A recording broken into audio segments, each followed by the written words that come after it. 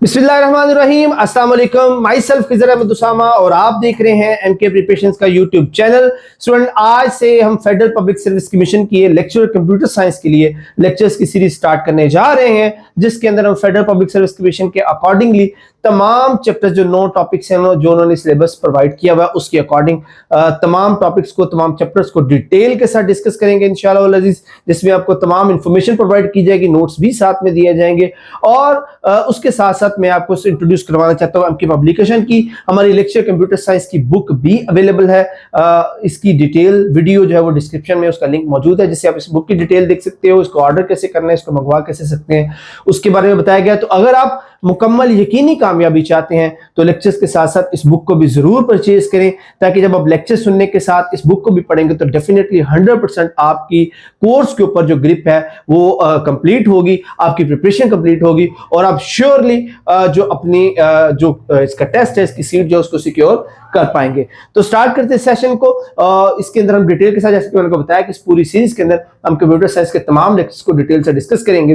तो आज हम इंशाल्लाह पहला लेक्चर डिस्कस करने जा रहे हैं, जिसके अंदर introduction to computing and ICT fundamentals है। हम जो बेसिक्स है कंप्यूटिंग की या आईसीटी की उसको डिटेल से देखेंगे, बेसिक से स्टार्ट करेंगे और इंशाल्लाह एडवांस लेवल तक तमाम चीजें जो इस टॉपिक से रिलेटेड है वो सारी की सारी इसके अंदर डिस्कस करेंगे। तो स्टार्ट करेंगे with the system. What is a system? System पढ़ना क्यों जरूरी है? क्योंकि जब हम कंप्यूटर की बात करते हैं तो definitely there are multiple parts, multiple components जो आपस में इकट्ठे काम कर रहे होते हैं टुवर्ड्स अ सिंगल गोल। तो कंप्यूटर भी एक सिस्टम है। सिर्फ उस चीज को अंडरस्टैंड करने के लिए हम सिस्टम के बारे में पढ़ रहे हैं। System is a group of parts that work together to achieve a goal. 3 चीजें हैं, ग्रुप ऑफ पार्ट्स है, एक साथ काम करते हैं किसी सिंगल एक गोल को अचीव करने के लिए। अब 4 बेसिक कंपोनेंट होते हैं किसी भी सिस्टम के अंदर। सबसे पहले उसका ऑब्जेक्टिव होता है कि वो जो सिस्टम है उसका ऑब्जेक्टिव क्या है, किस लिए वो बनाया गया है, गोल क्या है। उसके बाद उसके कंपोनेंट्स हैं कि कौन कौन से पार्ट्स हैं जिनसे वो सिस्टम जो है वो बनाया गया है। उसके बाद एनवायरनमेंट आ जाता है, वो चीजें जिनके अंदर वो सिस्टम मौजूद है या सिस्टम जिन चीजों के साथ ड्यूरिंग ऑपरेशन इंटरेक्ट करता है उसको हम उसका एनवायरनमेंट कहते हैं। और इंटरेक्शन है कि वो पार्ट्स जो है सिस्टम के वो आपस में एक दूसरे के साथ कैसे कम्युनिकेट करते हैं। तो ये वो 4 चीजें होती है, बेसिक पार्ट है सिस्टम के। जैसे जैसे मैं आपको बताऊंगा आप इसको डेफिनेटली रिलेट करते जाएंगे कंप्यूटर सिस्टम के साथ, जिसको हम डिस्कस करने जा रहे हैं कि यही वो चीजें होती हैं जो कंप्यूटर सिस्टम को एक सिस्टम बनाती हैं। मिसाल के तौर पर जैसे कार सिस्टम है तो अब उसका ऑब्जेक्टिव क्या है, वो ट्रांसपोर्ट करना उसका ऑब्जेक्टिव है लोगों को। और उसके कंपोनेंट्स क्या होते हैं, इंजन है, व्हील्स है, स्टीयरिंग है, बॉडी है, सारी चीजें आ जाती है। उसका एनवायरनमेंट क्या है, रोड है, वेदर है, ट्रैफिक है, जिनके साथ वो सिस्टम जो है वो इंटरेक्ट करता है आउटसाइडली। और उसके बाद इंटरेक्शन उसकी क्या है, वो ड्राइवर के साथ इंटरेक्ट करेगा थ्रू स्टीयरिंग व्हील, या इंजन जो है वो व्हील के साथ इंटरेक्शन करता है, या व्हील्स जो है वो रोड के साथ इंटरेक्शन करते हैं, जो उसकी बॉडी है वो एयर के साथ इंटरेक्ट करती है। तो इस तरह एक जो सिस्टम है वो वर्क करता है to achieve a single goal. अच्छा, अब सिस्टम्स की टाइप्स की बात कर ले तो बेसिकली 2 तरह की सिस्टम्स होती हैं, नेचुरल सिस्टम और आर्टिफिशियल सिस्टम। डिफरेंस उनमें क्या है, नेचुरल सिस्टम जो है वो नेचर में पाए जाते हैं नेचुरली, और जो आर्टिफिशियल सिस्टम है वो इंसानों की तरफ से बनाए जाते हैं, इंसान उनको डेवलप करते हैं। इस नेचुरल सिस्टम में कोई ह्यूमन इन्वॉल्व नहीं होता, नेचर इनको गवर्न कर रही होती है। जबकि जो आर्टिफिशियल सिस्टम होते हैं ये चूंकि लोगों की तरफ से बनाए जाते हैं और लोग या इंसान जो है उसको किसी स्पेसिफिक पर्पस के लिए बनाते हैं, तो डेफिनेटली वो ऑपरेट भी लोगों की तरफ से होता है। नेचुरल सिस्टम की बात करिए, सेल्फ रेगुलेटिंग है, खुद ब खुद, यानी कि नेचर इसको ऑपरेट करवाती है। थ्योरी एक्स जो है वो इस पर लगती है कि नेचर उसको जो है वो गवर्न करती है। जबकि जो आर्टिफिशियल सिस्टम है जो इंसान बनाता है उसको मेंटेनेंस की, उसकी ट्रबल शूटिंग की, उसको टेक केयर की या ऑपरेशन की जरूरत पड़ती है।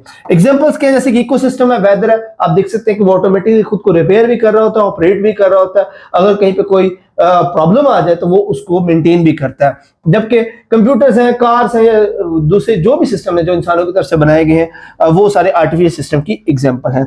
अब यहाँ पे बात अगर कंप्यूटर साइंस के साथ को रिलेट करें तो कंप्यूटर साइंस के अंदर बेसिकली दोनों चीजें पाई जाती हैं, नेचुरल सिस्टम भी होता है और जो ह्यूमन सिस्टम जो है वो भी इसके अंदर शामिल होता है। नेचुरल सिस्टम कैसे होता है कि जो उसका कंपोनेंट्स है, जैसे सिलिकॉन है, इसकी जितने भी चिप्स बनती हैं, वेफर्स बनते हैं, सिलिकॉन वेफर पे बनते हैं, वो नेचर से हम लेते हैं। प्लास्टिक है, मेटल है, जो भी इस तरह के पार्ट्स मटेरियल जो भी हम इसमें इस्तेमाल कर रहे हैं वो नेचर से ले रहे हैं। और इसके अलावा जो बेसिक थिंकिंग है इसके पीछे कंप्यूटर की, वो भी असल में हम नेचर से ही ड्राइव कर रहे हैं। और बाकी उस थियरी के ऊपर जो पार्ट्स हम बना रहे हैं वो सारे के सारे इंसानों की तरफ से बनाए जा रहे हैं। ओके जी, अब हम आ जाते हैं ICT. What is an ICT? ICT stand for information and communication technology, यानी कि इंफॉर्मेशन और फिर उसको कम्युनिकेट करने के लिए टेक्नोलॉजी का जो इस्तेमाल है उसको हम आईसीटी कहते हैं। अब यहाँ पे स्टूडेंट जब वो दो चीजों में डिफरेंस नहीं कर पाते, data and communication, data and information. Data क्या होते हैं? रॉ फैक्ट्स हैं। अगर हम सिंपल एनालिसिस की इस्तेमाल करें कि अगर आप केक बनाना चाह रहे हैं तो केक बनाने के लिए जो उसका रॉ मटेरियल है, जैसे अंडा है, उसका कॉर्नफ्लोर है या बेकिंग सोडा है, फ्लेवर्स हैं, ये सारे के सारा डाटा है, रॉ फैक्ट्स है। अब आप उनको प्रोसेस करते हैं, उनको मिक्स करते हैं, बैटर बनाते हैं और उसको केक को बेक कर लेते हैं, तो जो आपके पास रिजल्ट आ जाता है प्रोसेस, उसको हम इंफॉर्मेशन कहते हैं। तो अब यहां पे हम क्या करना चाह रहे हैं? हम इंफॉर्मेशन को कम्युनिकेट करना चाह रहे हैं through technology, by using technology, इसको हम आईसीटी कहते हैं। ये कॉम्बिनेशन होता है। अब देखिए इंफॉर्मेशन की बात करें तो कंप्यूटर्स इस्तेमाल होते हैं, कंप्यूटर्स के जरिए हम जो डाटा है उसको प्रोसेस करके इंफॉर्मेशन में कन्वर्ट करते हैं। और देन टेलीकम्युनिकेशन के लिए जो इंफॉर्मेशन सेंडिंग के लिए हम डिफरेंट जो डिवाइसेस हैं वो इस्तेमाल करते हैं, जैसे कि मोबाइल फोन है, इंटरनेट है, टेलीविजन है, ईमेल है, वीडियो कॉन्फ्रेंसिंग है। ये सारी की सारी वो टेक्नोलॉजीज हैं जो इंफॉर्मेशन को ट्रेवल करवाने के लिए इस्तेमाल होते हैं। तो combination of these form the ICT. Okay जी, फर्दर मूव कर लेते हैं जी computer as a system. Computer as a system कैसे काम करता है? तो बेसिक डेफिनेशन है, वी ऑल नो कंप्यूटर एक इलेक्ट्रॉनिक मशीन है जो इनपुट यानी कि डाटा को टेक इन करता है, फिर प्रोसेस है जो इंस्ट्रक्शन जो उसको फॉलो करता है, उसके अकॉर्डिंगली हमें जो आउटपुट देता है और उन रिजल्ट्स को सेव करता है। और ये कंप्यूटर के 4 स्टेप्स हैं बेसिकली, कि आप उसको इनपुट्स देते हैं, इंफॉर्मेशन देते हैं, डाटा देते हैं और वो उसको प्रोसेस करता है according to the instruction you provided through software, और उसके बाद उसकी जो आउटपुट है उनको स्टोर करता है इन द फॉर्म ऑफ मेमोरी आपकी इंस्ट्रक्शंस के मुताबिक। यहाँ पे एग्जांपल एक दी गई है, जैसे 5+3 इनपुट आप दे रहे हैं, ये इनपुट आ गया, आप उसको ऐड करना चाह रहे हैं तो प्रोसेस क्या होगा? कंप्यूटर उसको ऐड करेगा, आउटपुट उसकी क्या, वो 8 आ जाएगा स्क्रीन के ऊपर और उसको स्टोर करेगा डाटा को, अगर आप उसको कमांड देते हैं। ओके, उसके बाद आ जाती है कंप्यूटर हार्डवेयर। ये फिजिकल पार्ट है, वो तमाम हिस्से कंप्यूटर के जिनको आप टच कर सकते हैं, फिजिकली नेकेड आई से देख सकते हैं, उनको हम कंप्यूटर का हार्डवेयर कहते हैं। उनके अंदर कौन कौन सी कैटेगरीज हैं? इनपुट डिवाइसेस है, वो तमाम चीजें जिसकी वजह से हम कंप्यूटर को डाटा प्रोवाइड करते हैं। उसके बाद प्रोसेसिंग यूनिट है, ब्रेन ऑफ द कंप्यूटर, जिसको हम सीपीयू कहते हैं, और ये तमाम कैलकुलेशंस, तमाम थिंकिंग, तमाम प्रोसेस का काम इसमें होता है। उसके बाद मेमोरी आ जाती है। मेमोरी की 2 टाइप्स हैं, टेम्परेरी मेमोरी की हम यहाँ पे बात करें जिसको रैम कहते हैं, ये वर्किंग मेमोरी है, जब प्रोसेस चल रहा होता है, सिस्टम चल रहा होता है, सिस्टम कैलकुलेशन या उसकी कम्यूटेशन कर रहा होता है, उस टाइम ये मेमोरी यूज होती है। उसके बाद स्टोरेज आ जाती है, ये परमानेंट स्टोरेज है। इन चीजों को हम डिटेल से आगे डिस्कस भी करेंगे।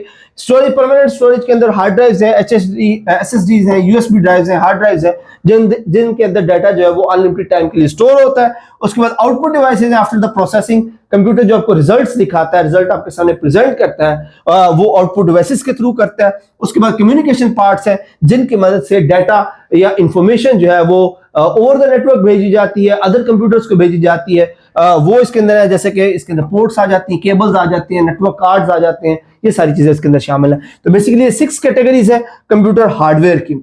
उसके बाद हम चलते हैं जी कंप्यूटर सॉफ्टवेयर की तरफ। सॉफ्टवेयर बेसिकली क्या है? ये इंस्ट्रक्शंस हैं, वो पार्ट है जिसको आप टच नहीं कर सकते। ये सेट ऑफ इंस्ट्रक्शंस हैं जिनकी मदद से कंप्यूटर डाटा को प्रोसेस करता है और उसको हम सॉफ्टवेयर कहते हैं। तो सॉफ्टवेयर के बेसिकली 2 टाइप्स होती हैं, सिस्टम सॉफ्टवेयर है और application software. Basic third utility software भी है, लैंग्वेज सॉफ्टवेयर भी होते हैं, वो अदर पार्ट है, लेकिन हम बेसिकली बात करें वो 2 होते हैं जिनमें सिस्टम सॉफ्टवेयर है और एप्लीकेशन सॉफ्टवेयर है। सिस्टम सॉफ्टवेयर क्या करता है? ये कंप्यूटर को चलाता है, जैसे कि विंडोज है, लिनक्स वगैरह है, और इसको आप डायरेक्टली एक्चुअली यूज नहीं कर रहे होते, क्योंकि ये इंटरनली कंप्यूटर का जो हार्डवेयर है उसके दरमियान कम्युनिकेट करवा के बैक एंड पर चल रहा होता है। आप इसको डायरेक्टली, जो यूजर है उसको डायरेक्टली इंटरेक्ट नहीं कर रहा होता, और ये हर कंप्यूटर के लिए जरूरी है वर्क करने के लिए। दूसरी तरफ एप्लीकेशन सॉफ्टवेयर पे चले जाएं, ये यूजर टास्क करता है, यानी कि जैसे कि क्रोम है, मीडिया प्लेयर्स है, वर्ड प्रोसेसर्स हैं, पावर पॉइंट एक्सेल्स वगैरह हैं, ये सारे के सारे जो है वो एप्लीकेशन सॉफ्टवेयर हैं,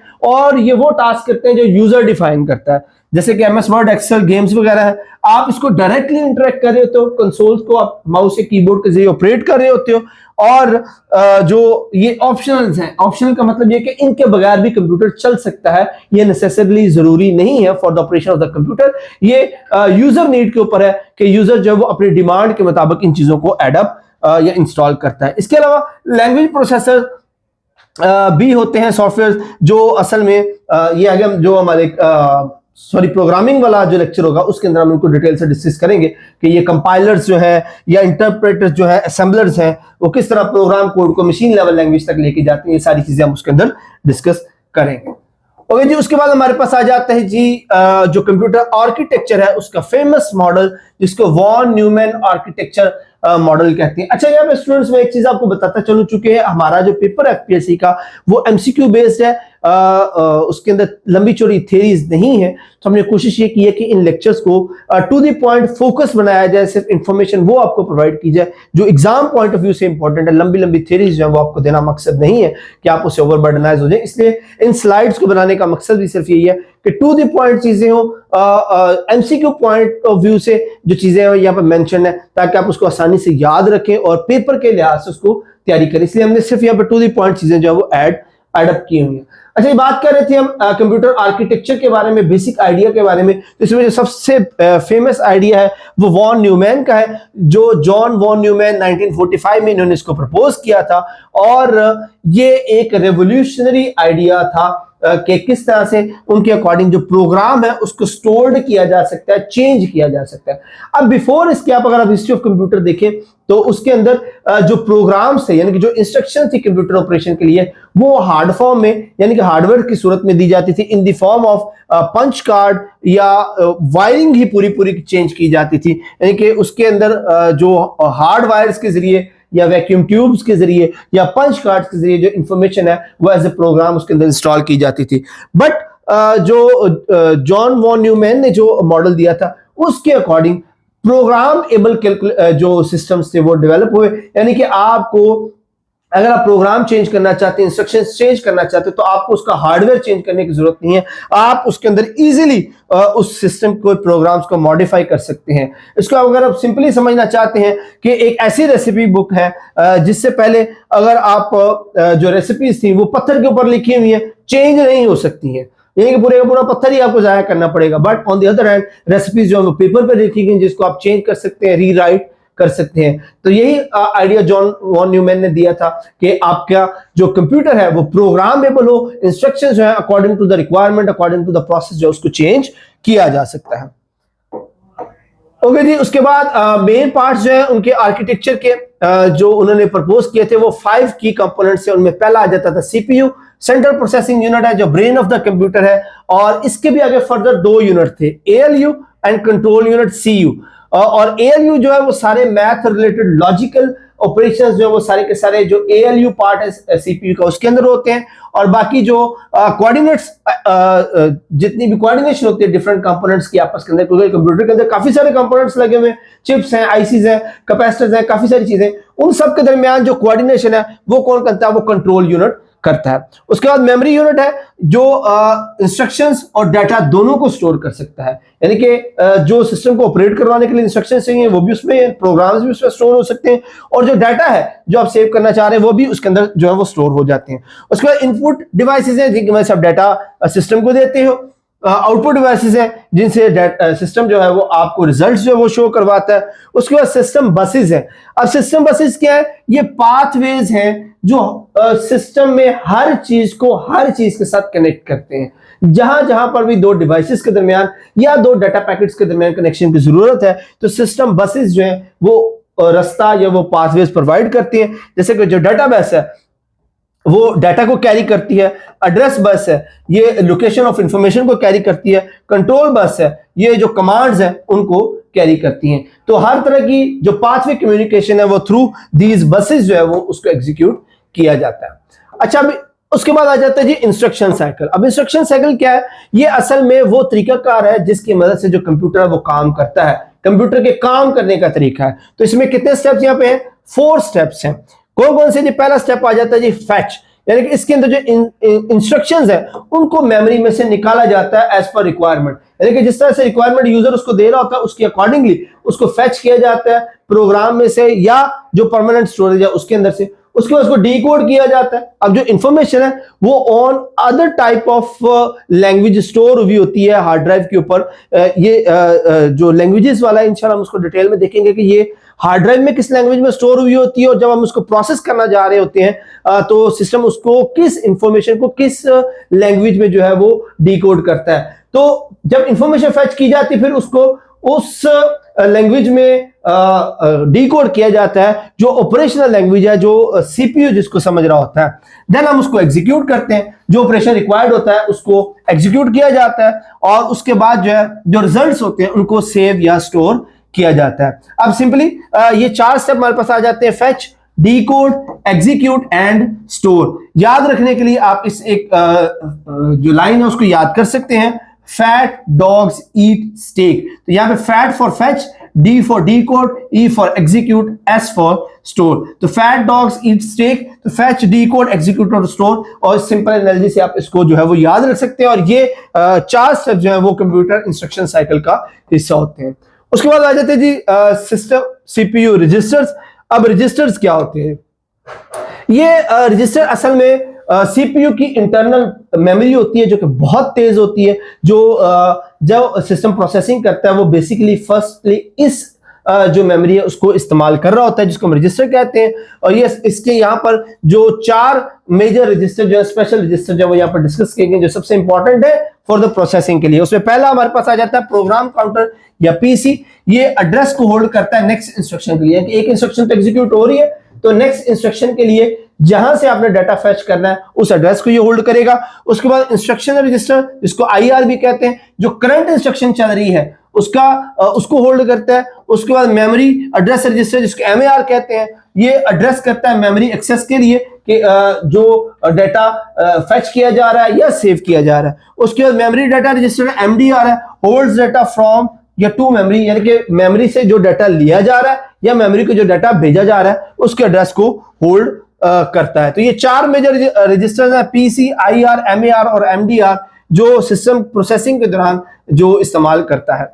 उसके बाद वॉन न्यूमैन बॉटलनेक एक इंपॉर्टेंट प्रॉब्लम है जो वॉन न्यूमैन ने आर्किटेक्चर मॉडल प्रपोज किया था, उसमें जो सबसे अहम और इंपॉर्टेंट प्रॉब्लम आया था, बड़ा फेमस हुआ था, उसको वॉन न्यूमैन बॉटलनेक कहते हैं। अब ये प्रॉब्लम क्या है? वो ये कहता है कि शेयर्ड बस carries both instructions and data but only one thing at a time. ये प्रॉब्लम है कि जो शेयर्ड बस है उसके अंदर इंस्ट्रक्शंस भी चल रही हैं, डाटा भी चल रहा है, बट एक वक्त में एक ही चीज ट्रेवल हो सकती है। आप यूं समझ लें कि एक ब्रिज है और उसमें एक टाइम पर एक गाड़ी गुजर सकती है, और अब उस एक ब्रिज को आप इनकमिंग और आउटगोइंग दोनों ट्रैफिक के लिए इस्तेमाल कर रहे हैं। तो अब क्या होगा, या इनकमिंग वाली गाड़ी आ रही हो गुजर सकती है या आउटकमिंग वाली गाड़ी गुजर सकती है। एक टाइम में एक डायरेक्शन वाली जो गाड़ी है वो गुजर सकती है। तो उससे क्या होगा? ट्रैफिक जैम, यानी कि ट्रैफिक जो है वो फास्टली मूव नहीं कर पाएगी। इसको बोटलनेक प्रॉब्लम कहते हैं कि अब सीपीयू तो बहुत फास्ट हो गया था बट मेमोरी स्लो है। अब सीपीयू तभी काम कर पाएगा ना जब मेमोरी से उसको एड मिलती रहेगी, जो इंफॉर्मेशन है वो फैच होती रहेगी मेमोरी से। अब सीपीयू फास्ट अगर हो भी जाए, जितना मर्जी आप उसको फास्ट कर ले, अगर मेमोरी ही उसको सपोर्ट नहीं कर रही, उसको प्रोसेसिंग के लिए मेमोरी ही अवेलेबल नहीं हो रही, उसको डाटा ही फैच नहीं हो रहा, तो उसकी सिस्टम की जो फास्ट स्पीड का क्या फायदा होगा। तो इस तरह जो सीपीयू है वो अक्सर डाटा या इंस्ट्रक्शंस के लिए वेट करना पड़ता है, होल्ड पर जाना पड़ता है, इवन दो कि वो फास्ट है, बट चूंकि मेमोरी उसको एड नहीं मिल रही, मेमोरी सपोर्ट नहीं कर रही, तो उसको काफी सारा वेट करना पड़ता है। तो इस प्रॉब्लम को जो है वो बोटलनेक प्रॉब्लम कहा जाता है, जिसके सिंपल वर्ड में हम यूं कह सकते हैं कि CPU faster doesn't help much if the bus is the bottleneck. कि अगर सिस्टम फास्ट भी है, सीपीयू फास्ट भी है, बट मेमोरी फास्ट नहीं है, तो देन हमें जो है वो उसका कोई फायदा नहीं होगा। तो इस बोटलनेक इशू के बाद फिर कोशिश ये की गई थी, मेमोरी के ऊपर फोकस किया गया। सिस्टम तो फास्ट हो गए थे, मेमोरी के ऊपर फोकस किया गया ताकि मेमोरी जो है सिस्टम प्रोसेसिंग को सपोर्ट कर सके उतनी स्पीड के साथ जिस स्पीड के साथ जो सिस्टम है वो ऑपरेट हो रहा है। तो देन जो मेमोरी है वो जिस तरह से बेहतर होती गई, तो डेफिनेटली जैसे जैसे क्वालिटीज बढ़ती हैं वैसे वैसे वो चीजें एक्सपेंसिव भी हो जाती हैं। अब यहां पर हम expensive with by the name उसकी नहीं कह रहे कि पैसों के हवाले से, हम बात कर रहे हैं टाइम एग्जीक्यूशन के हवाले से।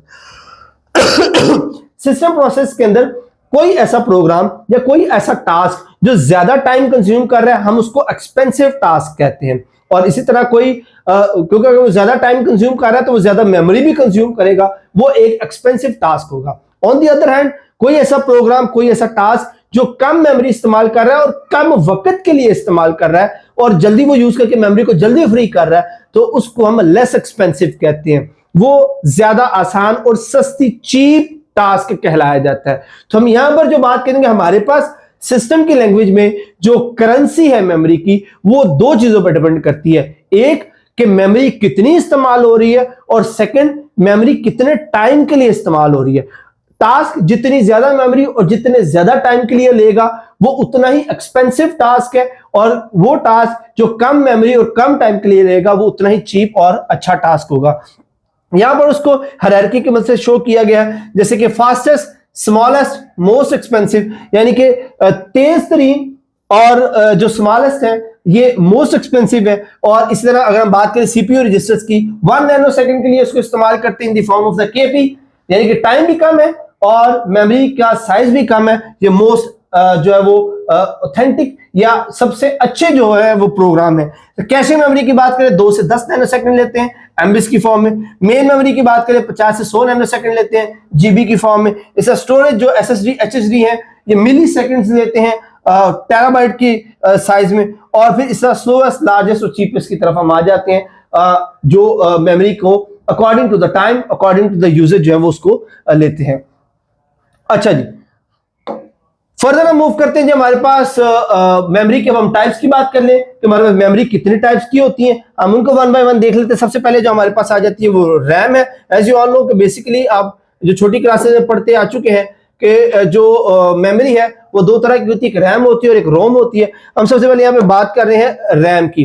तो RAM is standing for random access memory. ये वोलाटाइल मेमोरी है। वोलाटाइल मींस कि जब तक सिस्टम चल रहा है तब तक ये मेमोरी अवेलेबल है। ये इसको हम working space of the CPU भी कहते हैं। लेकिन वो एरिया है, वो मेमोरी है जिसके अंदर जब तक कंप्यूटर ऑपरेट हो रहा है वो अपना काम परफॉर्म करता रहता है। As we switch off the system, shut down करते हैं, उसके साथ ये मेमोरी भी अरेज हो जाती है और दोबारा जब सिस्टम ऑन होगा तो दोबारा से ये अवेलेबल होगी। इसकी दो टाइप्स होती है, एस रैम या D RAM. S stand for static RAM, D for dynamic RAM.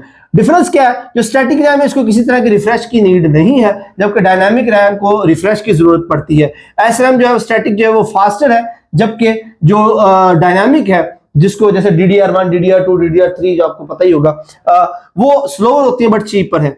और ये कैशे मेमोरी के लिए इस्तेमाल होती है एस रैम, और जबकि जो डी रैम है ये मेन मेमोरी के लिए इस्तेमाल होती है। एस रैम एक्सपेंसिव है और जो डी रैम है ये लेस एक्सपेंसिव है।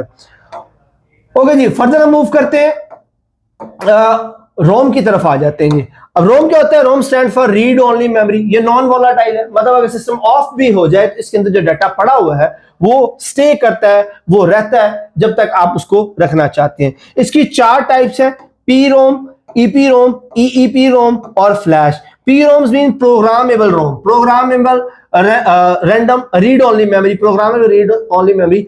अब इसको सिर्फ एक बार जो है ना वो रीराइट किया जा सकता है। ये असल में सिस्टम की 22 मेमोरी या चिपसेट की मेमोरी होती है, जो जब सिस्टम डेवलप किए जाते हैं, कंप्यूटर या सीपीयूज बनाए जाते हैं, तो उनमें वंस अ टाइम जो है वो अपलोड कर दिया जाता है और ये दोबारा रीराइटेबल नहीं होती। जो ईपी रोम है यानी कि erasable programmable read only memory, ये जो है वो रीराइटेबल है। यूवी लाइट की मदद से हम इसको जो है वो रीराइट कर सकते हैं। उसके बाद ईईपी रोम है, electrically erasable programmable read only memory, ये भी इलेक्ट्रिकली रीराइटेबल है। और उसके बाद फ्लैश जो यूएसबी ड्राइव है उसको हम फ्लैश मेमोरी कहते हैं, और ये ब्लॉक्स की सूरत में, यानी कि उसके ऊपर आपने देखा होगा वो ब्लैक कलर की चिप्स लगी होती हैं, ब्लॉक्स की सूरत में मेमोरी उसके ऊपर जो वो स्टोर हुई होती है। अब रोम के अंदर क्या होता है? इसके अंदर बायोस होती है, यूएफओ होती है, जो उसको एक्चुअली स्टोर कर रही होती है डाटा को। और जो लेटेस्ट हमारे पास एसएसडी हार्ड्स चल रही हैं वो भी असल में एक जायंट यूएसबी के तौर पर काम कर रही होती हैं, क्योंकि उसके अंदर भी डाटा जो है, बल्कि आगे हम उसको डिस्कस भी करेंगे कि उनमें फर्क क्या होता है। अच्छा, रोम की अगर हम बात करें तो रोम में हम 2 बेसिक ड्राइव्स जो वो इस्तेमाल कर रही होती हैं, एक एचडीडी या एसएसडी। ये 2 बेसिक ड्राइव्स हैं, टाइप्स हैं जिनको हम इस्तेमाल कर रहे होते हैं as a ROM, read only memory, permanent memory के तौर पर जो है उसको इस्तेमाल कर रहे होते हैं। अब इनमें डिफरेंस क्या है? टेक्नोलॉजी की बात करें तो एचएसडी पुरानी टेक्नोलॉजी है जिसके अंदर मैग्नेटिक प्लेट, डिस्क प्लेट्स जो रोटेट होती रहती है और एक आर्म जो उसके ऊपर डाटा को रीड या राइट करती है। और जो एसएसडी है ये फ्लैश मेमोरी की तरह है, जिस तरह यूएसबी होती है, चिप्स की सूरत में, आईसीज की सूरत में इसके अंदर जो मेमोरी है वो स्टोर हुई होती है। इसके अंदर मूविंग पार्ट जो है एचएसडी में होते हैं स्पिनिंग डिस्क, जैसे आपको मैंने बताया कि मैग्नेटिक डिस्क के ऊपर मैग्नेटिक फील्ड की सूरत में डाटा स्टोर होता है, जबकि एसएसडी के अंदर चूंकि वो फ्लैश मेमोरी की तरह आईसीस के ऊपर चिप के ऊपर डाटा स्टोर होता है, तो इसके में कोई मूविंग पार्ट नहीं होता। स्पीड की बात करें, एचडीडी स्लोअर है क्योंकि जो उसका हेड है, आप समझेंगे अगर ये डिस्क जो है ये एक डिस्क है वो रोटेट कर रही है, तो हेड जो है वो इधर से ऐसे स्टार्ट करेगा उसको रीड करना और ऐसे पूरी डिस्क को रीड करेगा और फिर इसी तरह से दोबारा वापस अपनी ओरिजिनल पोजीशन पर आएगा। तो ये जो टाइम टेकिंग कॉन्सेप्ट होता है जिसमें डिस्क नीचे रोटेट कर रही है, हेड ऊपर मूव कर रहा है, तो किसी स्पेसिफिक लोकेशन पर जाने के लिए उसको टाइम रिक्वायर होता है, डाटा को फेच करने के लिए भी टाइम रिक्वायर होता है, तो ये स्लोअर है। जबकि जो एसएसडी है मच फास्टर है क्योंकि ये सिर्फ इन द फॉर्म ऑफ चिप उसके ऊपर डाटा स्टोर होता है, तो उसको फैच करना, उसको डिकोड करना ज्यादा आसान और ज्यादा इजी और फास्टर होता है। उसमें ड्यूरेबिलिटी बात करें, एचडीडी बहुत ही फ्रेजाइल होती है, आपको पता ही है एचडीडी जो डिवाइसेस है अगर उसको झटका लग जाए, किसी एक्सटर्नल इलेक्ट्रिक या मैग्नेटिक फील्ड में आ जाए, गिर जाए, तो वो डैमेज हो जाती है क्योंकि उसके अंदर सिरामिक्स की जो प्लेट्स होती हैं उनके ऊपर मैग्नेटिक टेप की कोटिंग करके रखा होता है। वो थोड़ा सा भी बहुत सेंसिटिव होती है, अगर थोड़ा सा वो हिल जाए, झटका लग जाए, मैग्नेटिक फील्ड में आ जाए, तो उसके ऊपर डाटा जो लॉस्ट हो जाता है। बट जो एसएसडीज हैं ये टफ होती हैं क्योंकि चिप के ऊपर डाटा स्टोर होता है, एक्सटर्नल फील्ड जो है उनको ऐसा इफेक्ट नहीं करता, गिर जाए, झटका लग जाए तो ये सर्वाइव कर जाती हैं। नॉइस की बात करें तो जो एचएसडी है जब वो चलती है तो उसके ऊपर जो चूंकि मूविंग पार्ट है वो मोटर चल रही होती है, तो हमिंग साउंड की हमिंग साउंड जो वो आ रही होती है, जबकि एसएसडी में किसी तरह की कोई साउंड नहीं क्योंकि इलेक्ट्रिकल सर्किट्स है तो उसका कोई साउंड नहीं होता। प्राइस पर जीबी की बात करें, एचडीडी सस्ती है, ये मोर एक्सपेंसिव है, not in the form of, बल्कि प्राइस की भी बात कर सकते हैं, प्राइस में भी एसएसडी महंगी होती है, बट चूंकि ये फास्ट है, ज्यादा जल्दी फैच करती है, इसलिए भी ये एक्सपेंसिव है। बेस्ट फॉर अगर आपने बहुत बड़ा डाटा टीबी की सूरत में स्टोर करना है तो फिर आपके पास एचडीडी आपको सजेस्ट करनी है। अगर आपने प्रोग्राम्स या गेम्स या ऑपरेटिंग सिस्टम इस पे ऑपरेट करवाने हैं तो देन आप एसएसडी को प्रेफर करेंगे। दोनों की जो है वो अपनी अपनी चॉइसेस है। अगर सिंपल कंपैरिजन की बात करें तो HDD is just like a record player. Record player आपने देखा ना, वो बड़ा सा उसके ऊपर डिस्क जो रोटेट हो रही होती है, एक हेड जो ऊपर से चल रहा होता है उसमें से साउंड प्रोड्यूस हो रही है। उसी तरह से एचडीडी के अंदर भी मूविंग पार्ट्स होते हैं जिनके ऊपर डाटा जो वो स्टोर हुआ होता है, जबकि एसएसडी जो एक बड़ी यूएसबी की तरह है जिसकी स्टोरेज जो वो यूएसबी की निस्बत कई फीसद ज्यादा होती है। ओके जी, फर्दर मूव करते हैं। हमारे पास आ जाता है जी number system, binary number system. लीजिए अगर आपने कंप्यूटर सिस्टम को समझना है then you must know about the binary number, क्योंकि जो मशीन्स हैं, जो हमारे सर्किट्स हैं, चिप्स हैं, वो इस सिस्टम के ऊपर ऑपरेट होते हैं। क्यों? क्योंकि हमारी जितने भी जो कंपोनेंट्स है कंप्यूटर सिस्टम के वो इलेक्ट्रिकली ऑपरेट होते हैं। तो इलेक्ट्रिकली अगर ऑपरेट होते हैं तो उसकी दो ही स्टेट्स पॉसिबल है, या इलेक्ट्रिकल करंट आ रहा है या इलेक्ट्रिकल करंट नहीं आ रहा, यानी कि या वोल्टेज प्रेजेंट है, ऑन है, जिसको हम 1 से इंडिकेट करेंगे, और सेकंड है ऑफ है, यानी कि कोई वोल्टेज नहीं आ रहे, signal coming, signal is not coming, 1 और 2 दो स्टेट्स हैं। तो सिर्फ इन दोनों के दरमियान ही सिस्टम ऑपरेट हो रहा होता है, जिसको हम बाइनरी नंबर कहते हैं 0 and 1। फायदा इसका क्या है? सिंपल टू बिल्ड, आसान है, ज्यादा स्टेट्स नहीं है, ज्यादा फंक्शनैलिटी, लंबी चौड़ी रेंज नहीं है, इसे इनको इस्तेमाल करना आसान है, रिलायबल है, एरर कम आता है और उनको बनाना जो है वो आसान है। बेसिकली ये फैक्टर्स हैं जिनकी वजह से हम इनको इस्तेमाल करते हैं। और 4 तरह के जो सिस्टम्स हैं, बाइनरी नंबर सिस्टम्स हैं, जो कंप्यूटर लैंग्वेज में हम इस्तेमाल करते हैं कंप्यूटर को समझाने के लिए। कंप्यूटर जो डाटा प्रोसेस कर रहा होता है वो एक्चुअली इन सिस्टम्स के तहत कर रहा होता है, जिनमें डेसिमल सिस्टम है, बाइनरी सिस्टम है, ऑक्टल सिस्टम है, हेक्साडेसिमल सिस्टम है। डिटेल के साथ हम इनको प्रोग्रामिंग वाले लेक्चर में डिटेल से देखेंगे। हेक्साडेसिमल जो है वो 10, उसकी बेस जो है वो 10 है, 0 to 9 तक इसके डिजिट होते हैं, 10 डिजिट होते हैं, और इंसानों की तरफ से इसको इस्तेमाल किया जाता है कि जो हम इंफॉर्मेशन सिस्टम को दे रहे होते हैं इन द फॉर्म ऑफ दिस देते हैं डेसिमल में। बाइनरी नंबर सिस्टम में 2 बेसिस है, 0 और 1, सिर्फ 2 डिजिट इस्तेमाल होते हैं, मशीन इसको इस्तेमाल करती है। और इस तरह ऑक्टल सिस्टम में 8 होते हैं, 0 to 7 तक इसमें डिजिट होते हैं, ओल्ड सिस्टम सारे जो इसी पर जो है वो ऑपरेट होते हैं। हेक्साडेसिमल में 16 होते हैं और इसमें नंबर्स होते हैं 0 to 9। ये डिफरेंस है इसका, इसमें नंबर 0 to 9 है, और साथ में अल्फाबेट्स A और F अल्फाबेट्स भी इसके अंदर शामिल है। और लेटेस्ट जो प्रोग्राम लैंग्वेजेस हैं उसके अंदर यही जो है वो इस्तेमाल होते हैं मेमोरी एड्रेसेस के लिए। अच्छा जी, अब आ जाते हैं कि आप किस तरह से नंबर्स को बाइनरी में कन्वर्ट कर सकते हैं, किस तरह से उनको डी कोड या कोड किया जा सकता है। डेसिमल से हम यहाँ पे बात करें डेसिमल से बाइनरी में और बाइनरी से डेसिमल में कन्वर्जन के लिए। तो सबसे देखते हैं कि अगर आपके पास बाइनरी में नंबर दिया गया हो, ये हमारे पास जो नंबर है ना, याद रखिए बाइनरी में जितने में नंबर होंगे वो सिर्फ 0 1 1 0, यानी कि 0 और 1 की फॉर्म में नंबर होंगे। इस तरह के जो भी नंबर होगा आप समझ जाए कि उसकी बेस 2 है और ये बाइनरी नंबर सिस्टम में कोड दिया गया। अब आपने फॉर एग्जांपल आपका बाइनरी में कोड दिया गया, आपने इसको कन्वर्ट करना है इन the form of decimal number 10 की बेस के साथ, तो उसका बेसिक तरीका ये होता है, फॉर एग्जांपल हमारे पास कोड है 1011, आपने इसको कन्वर्ट करना है तो उसके लिए सबसे पहले आपको पोजीशंस देनी पड़ेंगी। स्टार्टिंग फ्रॉम द राइट, ये हमारे पास जो पहला डिजिट है उसकी पोजीशन 0, नेक्स्ट डिजिट उसकी पोजीशन 1, उसके बाद पोजीशन 2, पोजीशन 3। अब ये जो पोजीशंस हैं ये एक्चुअली होंगी पावर ऑफ 2, यानी कि अगर इसकी पोजीशन 0 है तो ये असल में 0 की पावर है, 2 की पावर 0 होगी। इसकी पोजीशन 1 है तो 2 की पावर 1 होगी। इसकी पोजीशन 2 है 2 की पावर 2 होगी। इसकी पोजीशन 3 है 2 की पावर 3 होगी। अब आप उसको सॉल्व करें, 2 की पावर 0 1, 2 की पावर 2 1, 2 की पावर 2 4, 2 की पावर 3 8। अब जब ये नंबर्स हमारे पास आ गए पावर सॉल्यूशन के बाद, अब आप इनको मल्टीप्लाई करेंगे इनके ओरिजिनल डिजिट से, यानी कि 1 multiply by 1, 2 multiply by 1 2, 4 multiply by 0 0, 8 multiply by 1 8। तो आप देख सकते हैं 8 मल्टीप्लाई बाय 1 8, 4 मल्टीप्लाई बाय 0 0, 2 और 1। अब ये जो आपके पास रिजल्ट आ जाएगा 8021, इनको आप ऐड करें तो आपके पास डेसिमल में नंबर जो है वो आ जाएगा, दैट इज 11, यानी कि 11 का कोड जो है वो 1011 बनता है। तो इस तरह से आप डेसिमल नंबर से बाइनरी नंबर से डेसिमल में कोड को कन्वर्ट कर सकते हैं। अब अगर इसने आपने ऑपोजिट जाना है, आपने कन्वर्ट करना है इस डेसिमल नंबर को बाइनरी नंबर में, बहुत आसान है। जैसे हम फैक्टराइजेशन करते हैं स्कूल लेवल में, आपने 11 को कन्वर्ट करना है इन the form of binary digit, तो आप क्या करेंगे, आप उसको 2 पे डिवाइड करेंगे।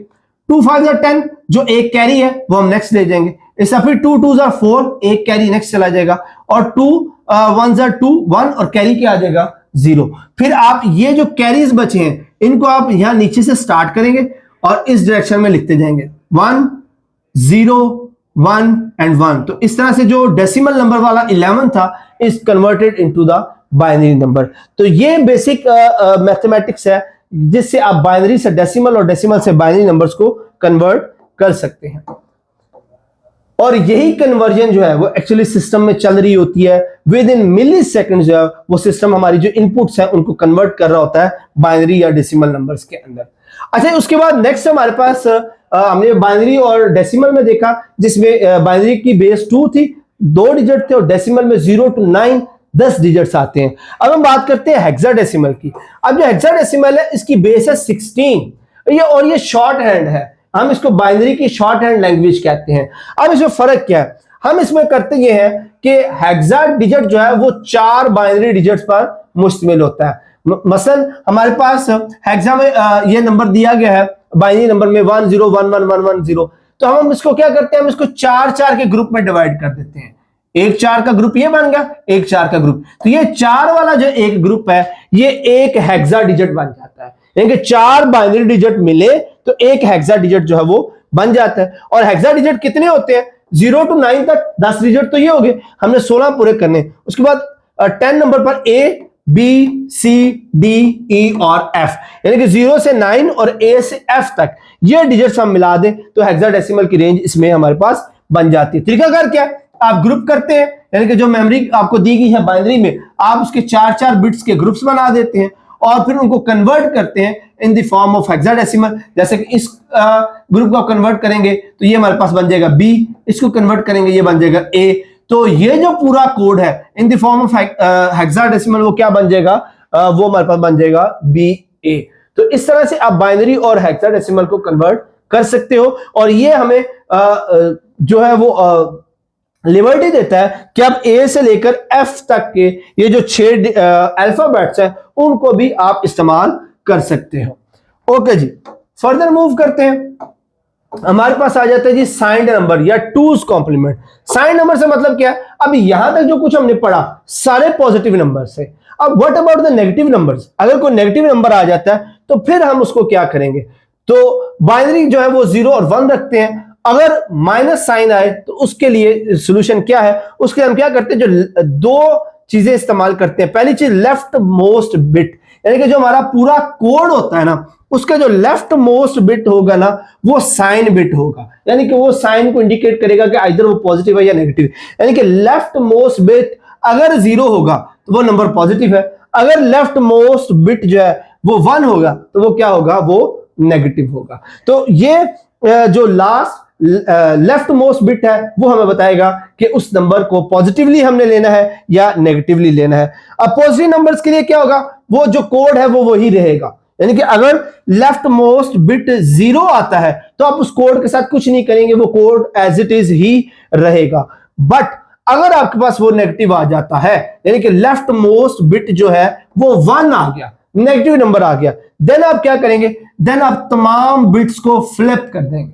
जैसे कि आप इस केस में देखें, हमारे पास अगर लेफ्ट मोस्ट बिट जो है वो नेगेटिव आ जाएगा, हम सारे नंबर्स को फ्लिप कर देंगे और उसके बाद एक को ऐड कर देंगे। ये 3 स्टेप्स है।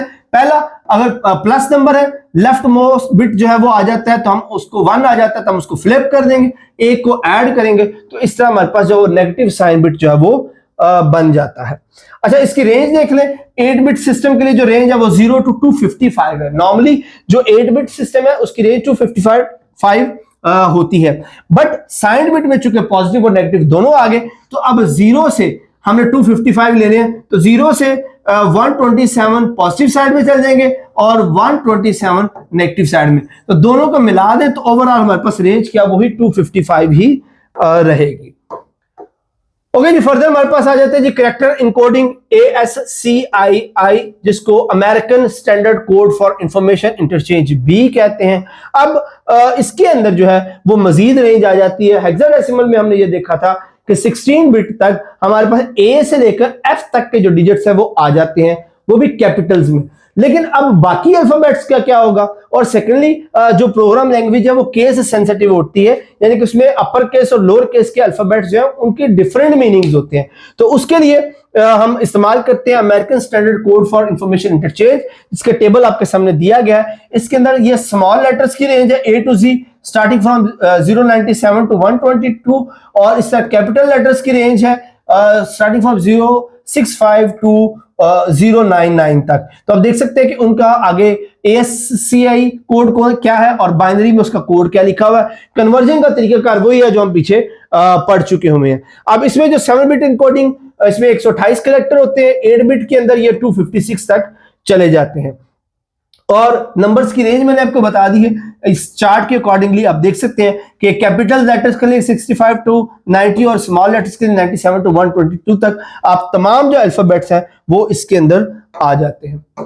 ओके जी, फर्दर मूव करते हैं जी यूनिकोड की तरफ। अच्छा, अब यहां तक जो कुछ हमने पढ़ा, इसमें नंबर्स आ गए, इंग्लिश के अल्फाबेट्स आ गए, but what about other language? जो अदर लैंग्वेजेस जैसे उर्दू है, चाइनीज है, पश्तो है, जर्मन है, फ्रेंच लैंग्वेजेस है, उनका बारे में क्या, हम उनको किस तरह कंप्यूटर सिस्टम में इंटीग्रेट कर सकते हैं? तो उसका जो सोल्यूशन है वो यूनिकोड है। यूनिकोड क्या होता है? ये कि यूनिवर्सल कैरेक्टर सेट है सभी लैंग्वेजेस के लिए, यानी कि इसके अंदर हम तमाम लैंग्वेजेस के लिए जो कैरेक्टर्स है वो असाइन कर देते हैं। इसके 3 फॉर्मेट्स होते हैं, UTF-8, UTF-16 और UTF-32। और UTF-8 के अंदर 1 to 4 बाइट्स पर कैरेक्टर होते हैं, हर कैरेक्टर को 1 से लेकर 4 तक जो बिट्स हैं वो असाइन किए जाते हैं। UTF-16 में जो है वो हर बिट के अंदर 2 to 4 बाइट्स दिए जाते हैं, और UTF-32 में ये 4 ही होते हैं। जो UTF-8 है ये वेबसाइट्स के ऊपर वेब लैंग्वेज HTML के अंदर ज्यादा इस्तेमाल होता है। जो UTF-16 है विंडोज या जावा में इस्तेमाल होता है, और जो UTF-32 है सिंपल था बट वेस्टफुल है। तो अब इनमें सबसे जो ज्यादा मशहूर और मारूफ है वो UTF-8 है। क्यों?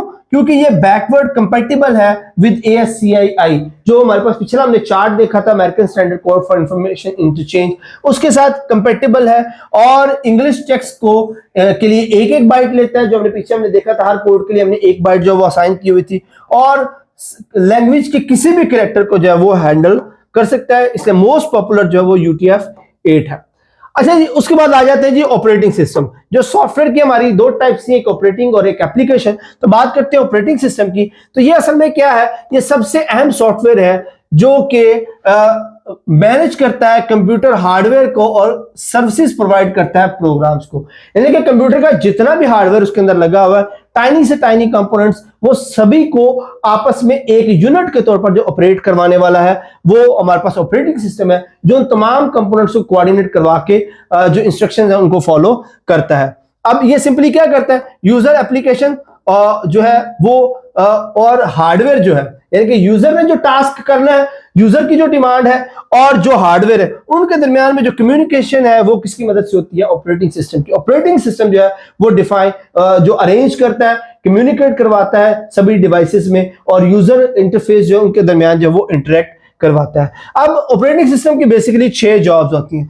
फर्स्ट इज प्रोसेस मैनेजमेंट, यानी कि जितने भी प्रोग्राम उसके ऊपर यूजर ने अपलोड किए हैं उनको ऑपरेट करवाना है। मेमोरी मैनेजमेंट है, एलोकेट करनी है रैम को मेमोरी, या जो उसके प्रोसेसेस हैं उनको अलॉट करनी है। फाइल मैनेजमेंट है, डाटा को ऑर्गेनाइज करना है, सेव करना है।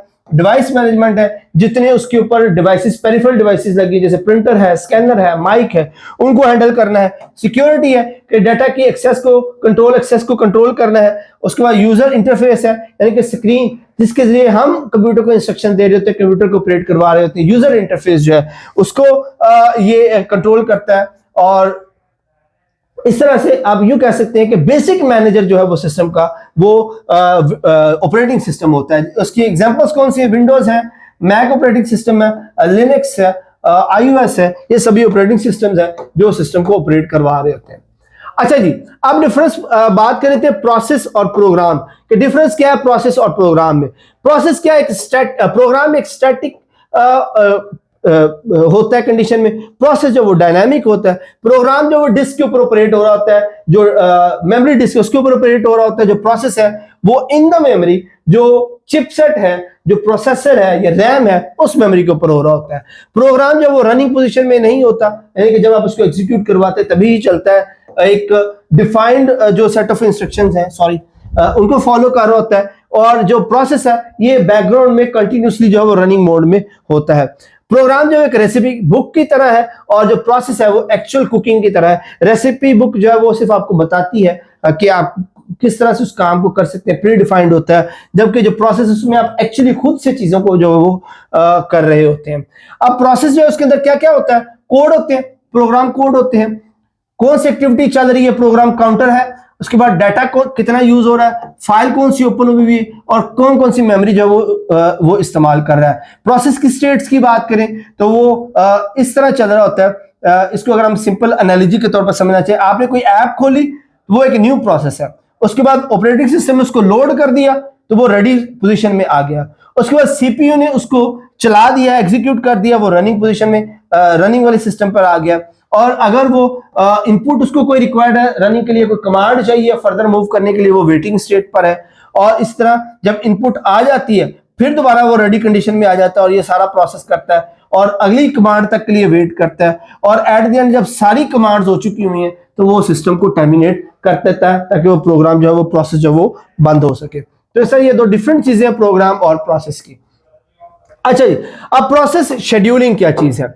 अब चूंकि एक प्रोग्राम, एक सिस्टम में एक प्रोसेस नहीं हो रहा होता, मल्टीपल प्रोसेस सिंगल टाइम में हो रहे होते हैं। अब सीपीयू तो एक है, अब मल्टीपल प्रोग्राम्स हैं, मल्टीपल प्रोसेस चल रहे हैं, तो किस तरह से सीपीयू उन तमाम प्रोग्राम्स को या उन तमाम जो सॉफ्टवेयर्स हैं उनको कैसे ऑपरेट करवाता है। यानी कि उसके ऊपर एक सीपीयू है, बहुत सारे प्रोग्राम्स हैं और वो इंतजार कर रहे हैं, वेट कर रहे हैं कि कब कौन सा रन, क्योंकि मेमोरी जो है वो लिमिटेड है।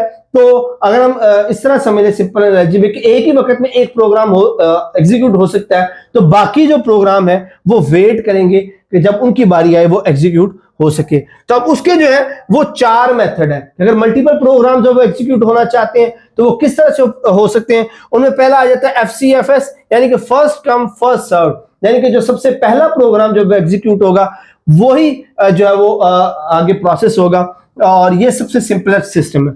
उसके बाद आ जाता है SJF, यानी कि शॉर्टेस्ट जॉब फर्स्ट, यानी कि जितने भी प्रोग्राम एग्जीक्यूट होना चाह रहे हैं उनमें जो सबसे कम टाइम लेगा, जो सबसे जल्दी कंप्लीट हो जाएगा, मेमोरी जल्दी फ्री कर देगा, उसको हम एग्जीक्यूट करवाते हैं। ये गुड है। अगर मिनिमल जो वेटिंग टाइम है वो मिनिमल हो जाएगा। उसके बाद राउंड रॉबिन है।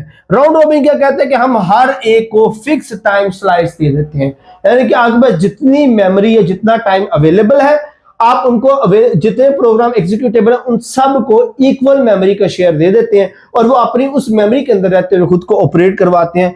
ये रिस्पॉन्सिव सिस्टम जो है और प्रैक्टिकली भी यही इस्तेमाल होते हैं।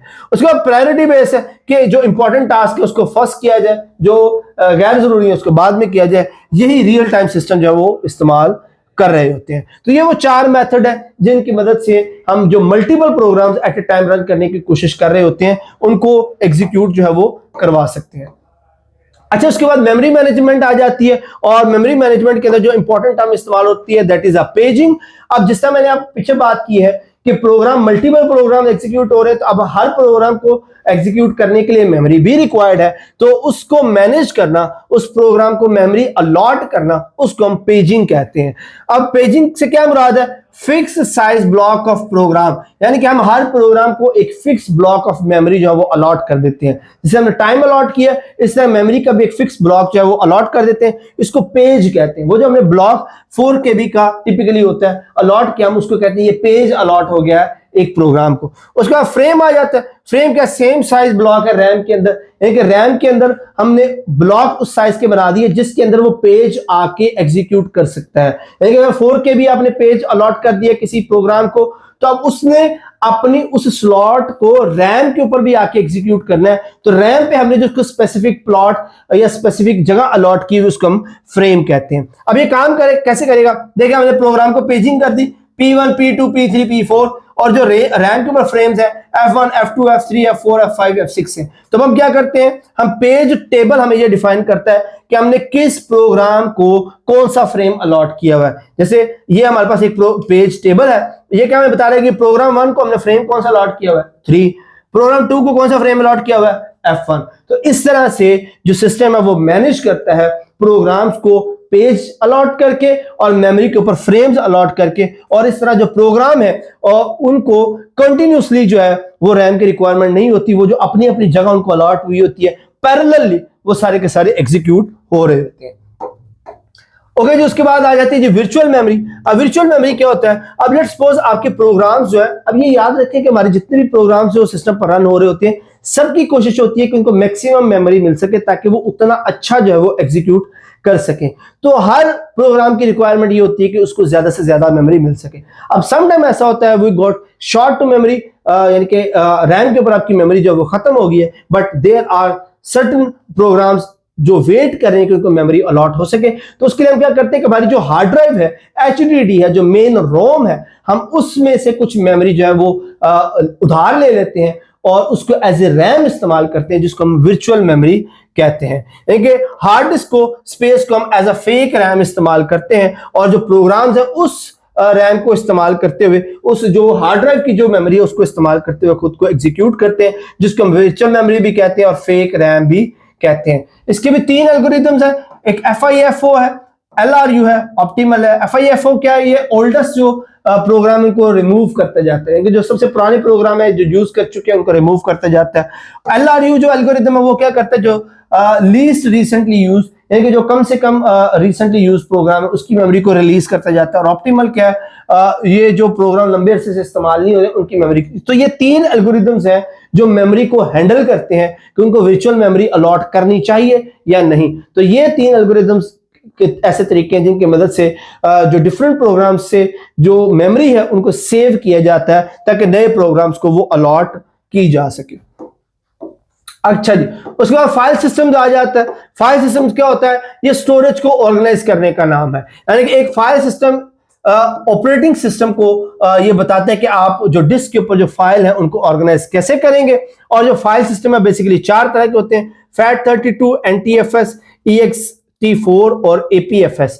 अब जो FAT32 है, USB ड्राइव्स के ऊपर जितना भी डाटा होता है वो इस फाइल सिस्टम के तहत ऑपरेट होता है और ये 4 GB तक मैक्सिमम जो वो जा सकता है। उसके बाद NTFS है, विंडोज जितनी भी मेमोरी को इस्तेमाल करता है, HDD हो या वो हमारे पास SSD हो, उसके ऊपर ये इसको इस्तेमाल करता है। बड़ी बड़ी फाइल्स जो है सिक्योर है उसके ऊपर वो इसको इस्तेमाल करती है। EXT4 लिनक्स जो ऑपरेटिंग सिस्टम है वो उसको इस्तेमाल करता है, बड़ी फाइल्स के लिए, जर्नलिंग के लिए इसको इस्तेमाल करता है।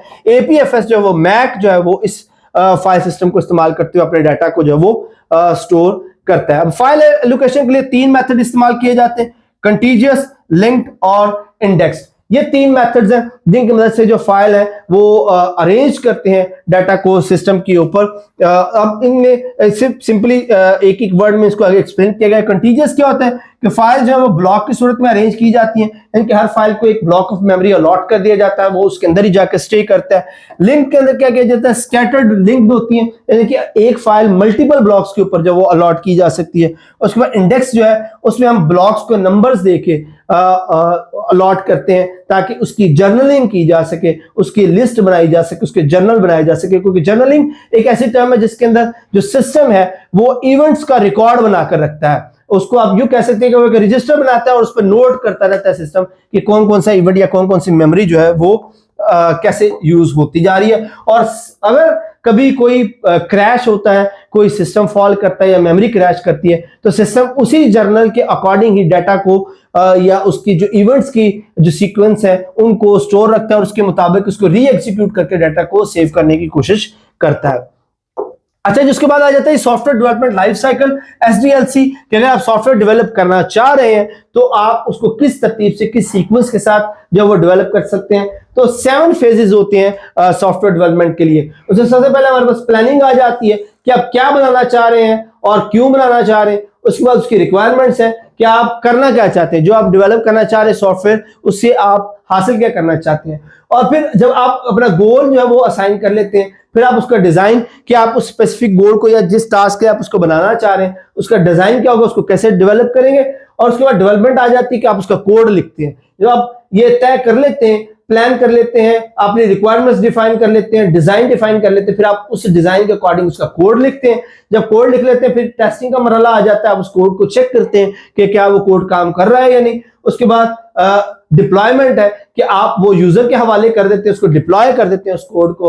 और उसके बाद मेंटेनेंस है कि आप उसको यूजर के रिक्वायरमेंट के मुताबिक इंप्रूव भी करते रहते हैं, ट्रबल शूटिंग भी कर सकते हैं। अच्छा, अब ये जो साइकिल है ये आफ्टर मेंटेनेंस आप इसको दोबारा फिर स्टार्ट कर सकते हैं। फॉर एग्जांपल कि आपने जब वो यूजर पे हैंडओवर कर दिया, डिप्लॉय कर दिया उसको, तो जब यूजर उसको इस्तेमाल करेगा तो अब उसमें जो इंप्रूवमेंट या उसको अपने फिक्स करना है तो आप दोबारा से इसी साइकिल के अकॉर्डिंग ही उसकी मेंटेनेंस या उसमें अगर कोई इंप्रूवमेंट करना चाहते हैं तो इसी साइकिल को आप रिपीट करते हुए उसको मेंटेन कर सकते हैं।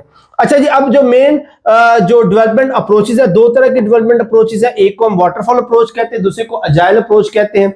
अब इसमें होता क्या है, अगर हम वाटरफॉल अप्रोच की बात करें तो इसमें आप 1 फेज जब कंप्लीट हो जाता है देन नेक्स्ट फेज की तरफ मूव करते हैं, जबकि अजाइल के अंदर आप स्मॉल पार्ट्स के अंदर रिपीटेडली जो डिफरेंट जो पोर्शंस है उसको करते रहते हैं। उसके बाद वाटरफॉल के अंदर आप हर चीज को स्टार्ट से प्लान करते हैं, जीरो से स्टार्ट करते हैं, स्क्रैच इसको बनाना स्टार्ट करते हैं।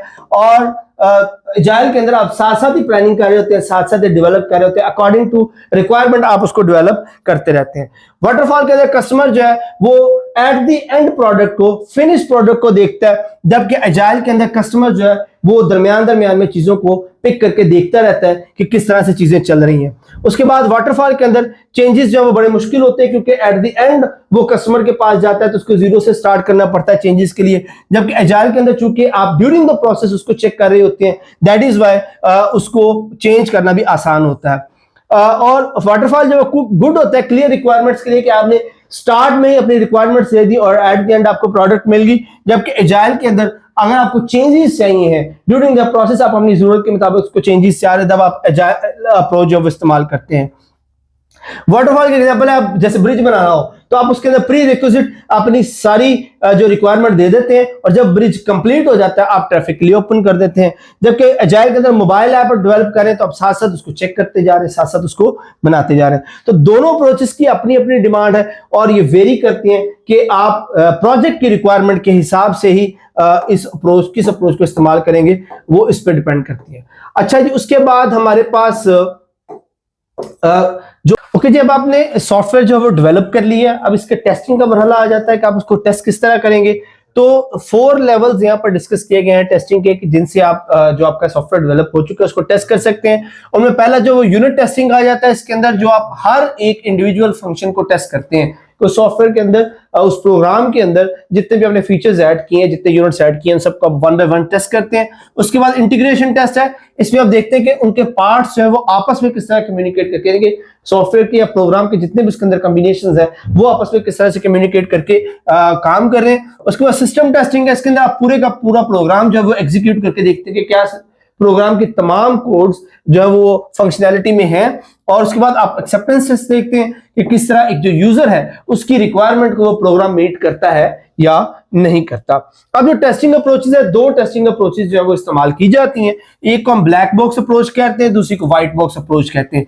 डिफरेंस क्या इसके अंदर, जो ब्लैक बॉक्स अप्रोच है उसके अंदर आप कोड नहीं देखते, सिर्फ सिस्टम की उस प्रोग्राम की एग्जीक्यूशन को देखते हैं। On the other hand in the white box you will see the code, जिस तरह से प्रोग्राम एग्जीक्यूट होता है उसके साथ साथ आप उसका जो कोड है उसको भी देख रहे होते हैं। ब्लैक बॉक्स के अंदर जो इनपुट और आउटपुट है आप उसको टेस्ट करते हैं, उसके जो इंटरनल पाथ है उनको डिस्कस नहीं करते ना उनको देखते हैं। जबकि व्हाइट बॉक्स के अंदर आप उसका जो इंटरनल पाथवेज है जिनके थ्रू इनपुट या आउटपुट ऑपरेट हो रहे हैं उनको भी देखते हैं। ब्लैक बॉक्स के जो एनालॉजी आप उसको यूं समझ लें कि आपने गाड़ी का हुड या इंजन देखे बगैर, उसको हुड उठाए बगैर आप गाड़ी को सिर्फ ड्राइव करके जो उसको टेस्ट करें। But on the other hand आप मैकेनिक की तरह अगर इंजन को खोल के चेक कर रहे हैं, इंजन को चला रहे हैं, साथ में इंजन को भी देख रहे हैं, उसके पार्ट्स, मूविंग पार्ट्स को भी देख रहे हैं, उसको हम व्हाइट बॉक्स अप्रोच कहते हैं। जो ब्लैक बॉक्स अप्रोच है ये यूजर पर्सपेक्टिव है, यानी कि ये यूजर के हिसाब से यूजर इसको चेक करता है कि उसको सॉफ्टवेयर मिल जाता है, प्रोग्राम मिल जाता है, वो उसको ऑपरेट करके देखता है कि उसकी जो रिक्वायरमेंट्स है वो मीट हुई है या नहीं हुई।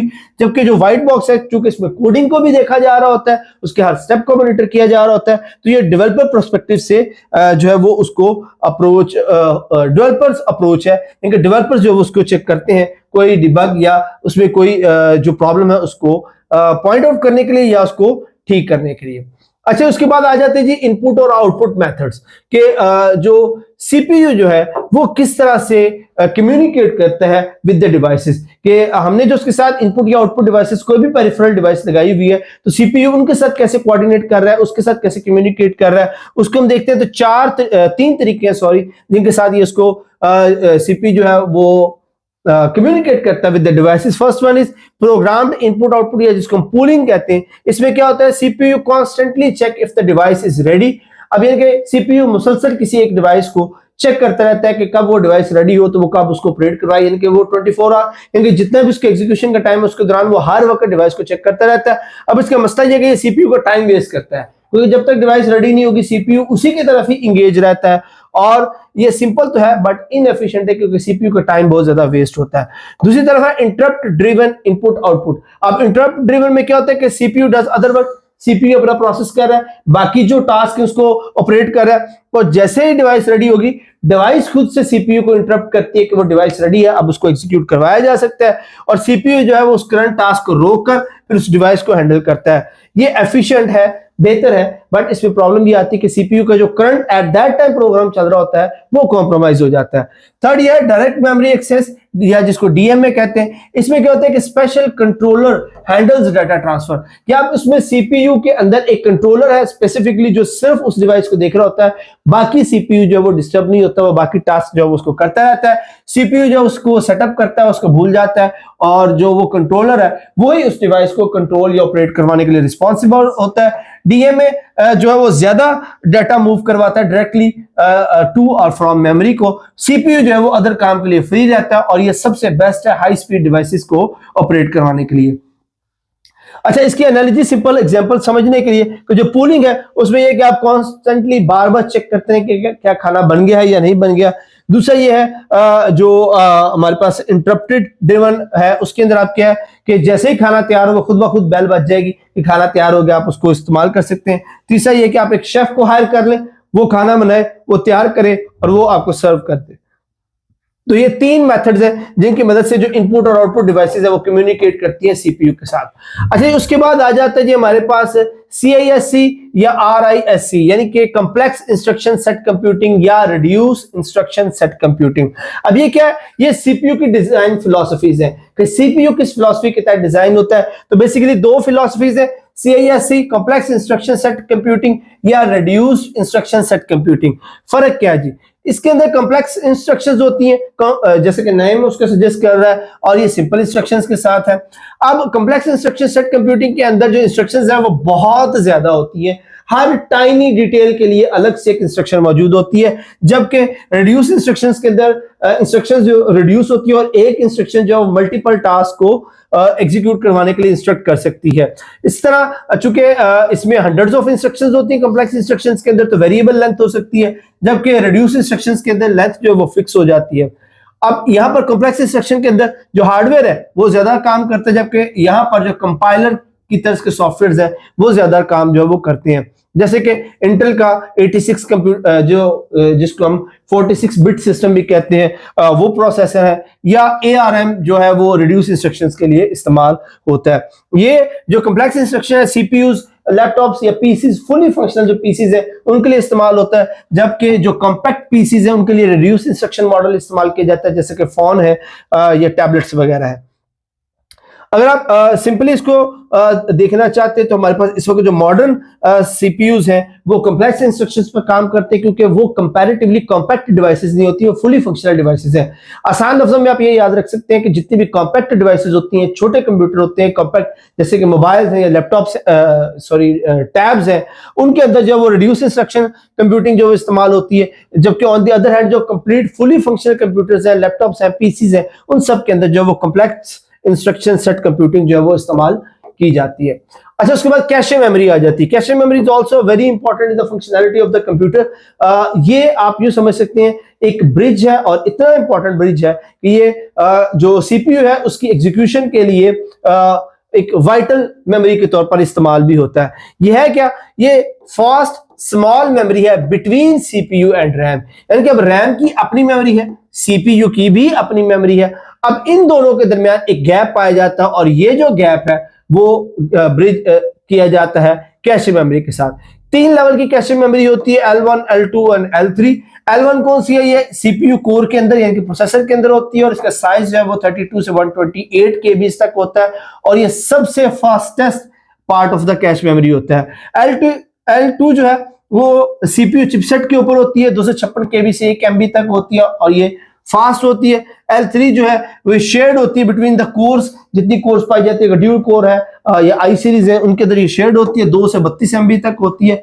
और ये इन दोनों के कंपैरिजन में, L1 और L2 के कंपैरिजन में स्लो होती है, बट एक्चुअली जो हमारी रैम और रोम है उनसे ये फास्ट होती है। ये काम कैसे करती है?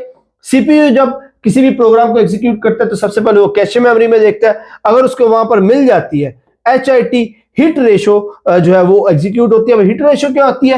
ये percentage of time data found in cache.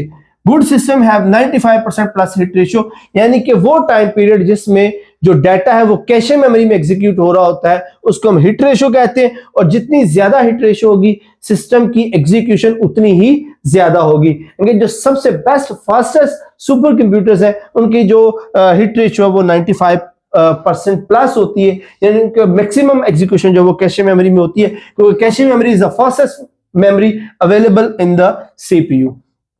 Okay जी, अब हम आ जाते हैं जी कंप्यूटर्स की क्लासिफिकेशन के हवाले से। तो कंप्यूटर की क्लासिफिकेशन की बात करें तो सबसे जो बड़े कंप्यूटर्स हैं उनको हम सुपर कंप्यूटर्स कहते हैं। साइज में भी और पावर में भी ये सबसे बड़े कंप्यूटर होते हैं, सबसे ज्यादा पावरफुल है, इसलिए एक्सपेंसिव भी होते हैं, और रिसर्च वगैरह के लिए लार्ज जो डाटा है उसको प्रोसेस करने के लिए इस्तेमाल किए जाते हैं। उसके बाद मेन फ्रेम कंप्यूटर्स आ जाते हैं, ये सुपर कंप्यूटर से छोटे होते हैं। बहुत सारे यूजर्स को, यानी कि जो सेंट्रल कंप्यूटिंग सिस्टम होता है, जैसे कोई बैंक है तो उसकी डिफरेंट ब्रांचेस जो है उनके अंदर डिफरेंट यूजर्स जो है वो उसको इस्तेमाल कर सकते हैं। कोई यूनिवर्सिटी है तो उसके फैकल्टी इसको इस्तेमाल कर सकते हैं, यानी कि मल्टीपल यूजर्स को हैंडल करने के लिए इस्तेमाल होते हैं। उसके बाद हमारे पास आ जाते हैं मिनी कंप्यूटर, या जिनको सर्वर्स कहते हैं, जो स्मॉल बिजनेसेस के लिए, किसी यूनिवर्सिटी के डिपार्टमेंट के लिए, बैंक की डिफरेंट ब्रांचेस में से किसी एक ब्रांच के मल्टीपल कंप्यूटर्स को जो हैंडल करता है, यानी कि कंपैरेटिवली ये मेन फ्रेम से थोड़ा सा छोटा होता है, लेकिन फिर भी ये मल्टीपल कंप्यूटर्स को हैंडल कर रहा होता है, इसको हम मिनी कंप्यूटर कहते हैं। उसके माइक्रो कंप्यूटर आ जाता है, इसके अंदर तमाम पर्सनल कंप्यूटर्स आ जाते हैं, जिनके अंदर डेस्कटॉप्स हैं, लैपटॉप्स हैं, टैबलेट्स हैं। ये सबसे कॉमन टाइप कंप्यूटर है जो सिंगल यूजर के लिए बनाए जाते हैं। उसके बाद एम्बेडेड कंप्यूटर है, ये ऐसे कंप्यूटर है जो डिफरेंट जो डिवाइसेस हैं उनके अंदर एम्बेड हुए होते हैं। जैसे कार्स के अंदर जो कंप्यूटर होता है वो अब मेन फंक्शन गाड़ी का तो कुछ और है, लेकिन सिर्फ उसको सपोर्ट करने के लिए, उसको ज्यादा सिक्योर बनाने के लिए उसके अंदर इस्तेमाल किया जाता है। अप्लायंसेस जैसे वॉच के अंदर होता है, या इस तरह के जो छोटे मोटे टास्क वो करते हैं, उनको हम एम्बेडेड कंप्यूटर कहते हैं। और ये थे बाय साइज। और अगर बाय टेक्नोलॉजी बात करें तो कंप्यूटर्स की 3 इकसाम होती हैं, analog, digital and hybrid.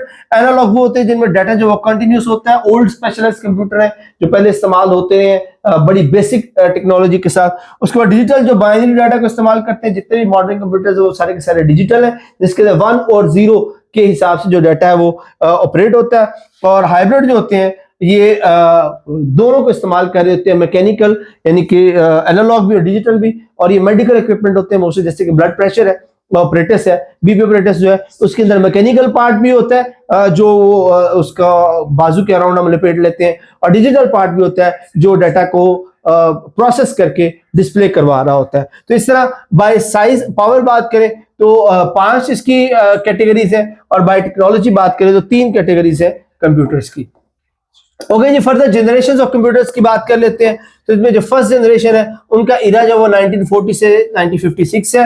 Vacuum tubes based technology है, और चूंकि वैक्यूम ट्यूब्स बहुत बड़ी होती है इसलिए बहुत बड़े होते थे ये साइज में, गर्म हो जाते थे, बहुत ज्यादा पावर इस्तेमाल करते थे, और वैक्यूम ट्यूब्स चूंकि बहुत ज्यादा रिलायबल नहीं है इससे इन सिस्टम्स की भी रिलायबिलिटी बहुत कम थी। सेकंड जनरेशन कंप्यूटर 1956 से 63 के दरमियान रहे हैं, और ये ट्रांजिस्टर की इन्वेंशन के साथ ये जो जनरेशन है स्टार्ट हुई है। ये साइज में स्मॉल हो गए थे क्योंकि ट्रांजिस्टर जो है वो वैक्यूम ट्यूब से बहुत कम होते हैं और एनर्जी भी कम इस्तेमाल करते हैं, तो इसलिए कंपैरेटिवली ठंडे थे। थर्ड जनरेशन कंप्यूटर 1964 से 71 तक आईसी इंटीग्रेटेड सर्किट की बेस पर थे, और ये ट्रांजिस्टर से भी छोटे हो गए हैं, और चूंकि ये टेक्नोलॉजी भी सस्ती थी तो इसलिए इनकी प्राइस भी कंपैरेटिवली रिड्यूस होगी। फोर्थ जनरेशन कंप्यूटर 1971 से अब तक इस्तेमाल हो रहे हैं। ये माइक्रो प्रोसेसर बेस्ड है, जो हमारे पर्सनल कंप्यूटर पीसी इस्तेमाल हो रहे हैं वो सारे इसी की बेस पर होते हैं। फिफ्थ जनरेशन कंप्यूटर जो अभी artificial intelligence based parallel computers है, ये वो सारे इसके अंदर जो है वो पाए जाते हैं, जिनको डिफरेंट एल्गोरिथम्स की मदद से, डेटाबेस की मदद से जो है वो थिंकिंग का प्रोसेस करते हुए उसको एग्जीक्यूशन करते हैं। इंपॉर्टेंट मशीन्स की बात करें इन तमाम इरास के अंदर, ENIAC है 1946 में फर्स्ट इलेक्ट्रॉनिक कंप्यूटर था। EDIAC है 1949 में फर्स्ट स्टोर्ड प्रोग्राम कंप्यूटर था, जिसके अंदर जो प्रोग्राम है उनको स्टोर किया जा सकता था या चेंज किया जा सकता था। UNIVAC की बात करें 1951 में फर्स्ट कमर्शियल कंप्यूटर था जो IBM ने कमर्शियली प्रोड्यूस किया था। फिर उसके बाद 1981 में IBM PC है जो कंप्यूटर्स को पर्सनल टेबल पर ले आया था साइज में, जिसने छोटा कर दिया था, जो मॉडर्न कंप्यूटर की आपको शेप नजर आती है वो वाले हैं। अब हर जनरेशन जो है वो डिफर करती है by technology, by size, by efficiency, by reliability. और ये बेसिक इंफॉर्मेशन है जो आप कई दफा इसको पढ़ चुके होंगे, MCQ पॉइंट ऑफ व्यू से बहुत इंपॉर्टेंट है, तो इनको जो है वो आप इसी तरह पॉइंट्स की सूरत में याद रखेंगे। ओके जी, फर्दर मूव करते हैं डिजिटल लॉजिक बेसिस। जैसे कि हम पीछे बात कर चुके हैं कि हमारे पास जितने जो कंप्यूटिंग जो प्रोग्राम लैंग्वेजेस हैं वो बाइनरी नंबर सिस्टम बेस्ड होती हैं, तो उन बाइनरी नंबर्स को जो कंट्रोल करने के लिए जो लॉजिक्स इस्तेमाल होते हैं, जिसको हम बूलियन अलजेब्रा भी कहते हैं, बूलियन लॉजिक्स भी कहते हैं, उनका थोड़ा सा तारुफ यहाँ पे दिया गया। बाकी डिटेल हम इंशाल्लाह इसको लैंग्वेजेस के पोर्शन के अंदर भी करेंगे कि हमारे पास जो वैल्यूज चूंकि 2 होती हैं, 0 और 1, और उन्हीं की बेस पर जो वो डिफरेंट ऑपरेशंस जो वो परफॉर्म होते हैं सिस्टम के अंदर। और वो हमारे पास वैल्यूज कौन सी है? 0 है जिसको हम फॉल्स भी कहते हैं, लो वोल्टेज भी कहते हैं, एब्सेंस ऑफ वोल्टेज भी कहते हैं। 1 है जिसको हम ट्रू कंसीडर करते हैं, हाई वोल्टेज यानी कि इनपुट आ रही होती है। तो ये 2 नाम आप याद रखिएगा, 0 के लिए फॉल्स है, लो वोल्टेज यानी कि कोई इनपुट नहीं है, 1 है ट्रू है, और हाई वोल्टेज यानी कि इसके लिए इनपुट है। और बेसिकली 3 ऑपरेशंस होते हैं जिनको हम एंड, और या नॉट कहते हैं। Gate means is operation, logical operation है। बेसिकली 3 होते हैं, बाकी इनके कॉम्बिनेशन, जैसे नैंड है नॉट और एंड को बनाने से बना है, नॉर जो है वो और नॉट को मिलाने से बना, और जोर जो है वो नैंड और एंड को मिलाने से बना है। तो ये बेसिकली 3 और ओवरऑल 6 जो है वो बनते हैं। सिंबल्स की बात करें, इसको डॉट से या अपर एरो जो है उससे डिनोट करते हैं, और को प्लस से, नॉट को ये जो कॉम्प्लीमेंट का साइन है उससे करते हैं। नैंड, नॉर और जोर के भी इस तरह जो सिंबल्स है वो यहाँ पर दिए गए हैं। अब डिफरेंस कहां पर आता है? एंड जो है जैसे कि आपको नाम से पता चल रहा है, ये तभी ट्रू होगा जब इस पर लगने वाली तमाम इनपुट्स जो है वो ट्रू हो, यानी कि जितने भी इनपुट्स हैं सारी ट्रू होंगी तभी इसकी जो आउटपुट है वो ट्रू होगी। और की बात करें कोई एक इनपुट ट्रू हो जाए तो इसकी आउटपुट जो है वो आ जाएगी। नॉट की बात करें ये इन्वर्टेड गेट कहलाता है कि अगर इसके ऊपर इनपुट ऑन है तो ये उसको ऑफ कर देगा, अगर इनपुट ऑन है ऑफ है तो ये उसको ऑन कर देगा, यानी कि अपने इनपुट को ये क्या करेगा, इन्वर्ट करेगा।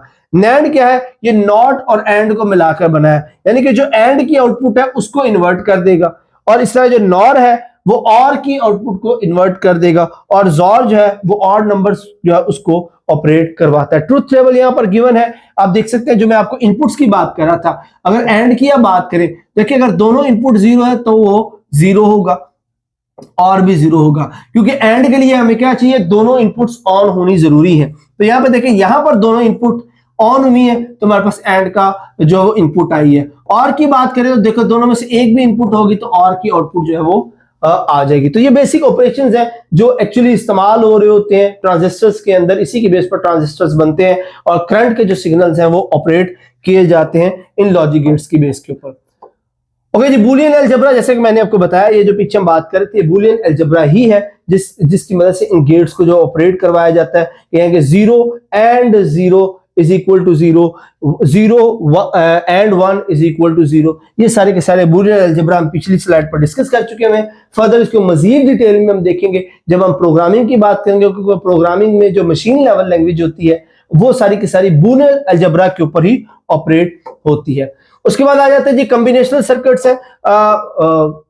वैसे तो इसकी डिटेल्स एज सच इस पॉइंट पर, इस लेवल के ऊपर अभी इतनी ज्यादा जरूरी नहीं है, but just for information sometimes इसमें से भी क्वेश्चन आ जाता है। तो कॉम्बिनेशन सर्किट जो होते हैं ये डिफरेंट जो सर्किट्स हैं उनके एडिशन से बनते हैं। इनके नाम आप याद रखिएगा, हाफ एडर है, फुल एडर है, मल्टीप्लेक्सर है, डीकोडर और इनकोडर। ये 5 तरह के कॉम्बिनेशन सर्किट्स हैं जो इस्तेमाल होते हैं, और इनके पीछे बेसिकली जो अलजेब्रा है वो बूलियन अलजेब्रा ही इस्तेमाल हो रहा होता है, जिस तरह लॉजिक गेट्स के अंदर हम उसको ऑपरेट करवा रहे होते हैं। तो इनके नाम इंपॉर्टेंट है, उनको जरूर ज़हन में रखिएगा। उसके बाद सीक्वेंशियल सर्किट्स हैं। सीक्वेंशियल सर्किट्स क्या करवाते हैं, ये इनपुट्स को याद रखते हैं, यानी कि जिस तरह इनपुट्स जो है उनको सीक्वेंस प्रोवाइड करते हैं, एज द नेम सजेस्टेड, कि जिस तरह इनपुट्स आती हैं वो उनको एक सीक्वेंस के साथ जिस तरह मेमोरी अवेलेबल होती है उस तरह उसको एग्जीक्यूट करवाते हैं, और उसके साथ साथ प्रीवियस जो मेमोरी है उसको भी जो है वो याद रखते हैं। उनमें जो सबसे इंपॉर्टेंट वाला सीक्वेंशियल सर्किट है that is a flip flop. Flip flop की आगे 4 और किस्में हैं, flip flop SR, flip flop D, flip flop JK और flip flop T. Flip flop SR से क्या मुराद है कि ये एक इनपुट को सेट करता है, दूसरी को रीसेट करता है। डी के लिए ये इनपुट को स्टोर करता है क्लॉक एज के ऊपर। जेके के अंदर ये यूनिवर्सल है, किसी भी टास्क को वो अंजाम दे सकता है। और फ्लिप फ्लॉप टी जो है ये टॉगल करता है, फ्लिप कर देता है, हर टाइम इनपुट्स को जो है वो फ्लिप कर देता है। ओके जी, फर्दर मूव करते हैं। हमारे पास जो पैरेलल प्रोसेसिंग या फ्लैनिज टेक्सोनॉमी है कि पैरेलल हमारे पास अगर आपके पास डाटा मल्टीपल पाया जाता है, इंस्ट्रक्शंस मल्टीपल पाई जाती हैं, तो ये हायरार्की जो है फ्लैनिज जो है उन्होंने इसको इंट्रोड्यूस करवाया था, सजेस्ट किया था। 4 तरह की जो पैरेलल कंप्यूटर्स जो है 4 कैटेगरीज के उन्होंने यहाँ पर दिए हुए हैं। उनमें पहले हमारे पास आ जाता है SISD। इसका मतलब क्या है, सिंगल इंस्ट्रक्शन सिंगल डाटा। और दूसरी तरफ फिर आ जाता है MISD, multiple instruction single data. Same is the case with the multiple data, SIMD single instruction multiple data and MIMD multiple instructions और मल्टीपल डाटा। ये 4 तरह की जो कंप्यूटिंग है वो चलती है। अगर SISD की बात करें तो एक CPU एक डाटा, क्योंकि सिंगल इंस्ट्रक्शन सिंगल डाटा चल रहा है जो ट्रेडिशनल पीसीज है।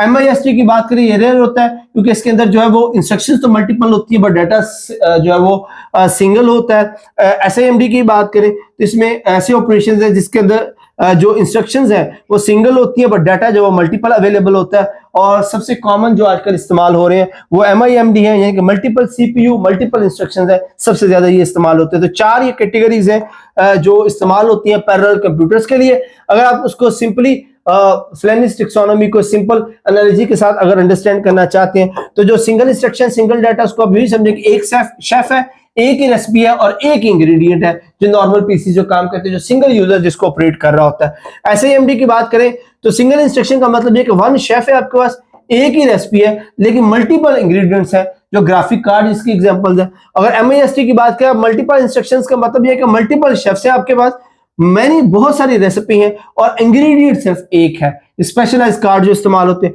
MIMD की बात करें, many chef, many recipes, many ingredients और डेफिनेटली मल्टी कोर सीपीयूज जो है जो डिफरेंट मल्टीपल टास्क परफॉर्म कर सकते हैं वो उसमें आ जाते हैं। इनमें सबसे कॉमन जो MIMD है जो मल्टीपल टास्क पैरेलल इस्तेमाल करते हैं, यानी कि मल्टीपल इंस्ट्रक्शन मल्टीपल डाटा जो है वो अवेलेबिलिटी के साथ, ये जो चौथा नंबर है सबसे कॉमन होता है।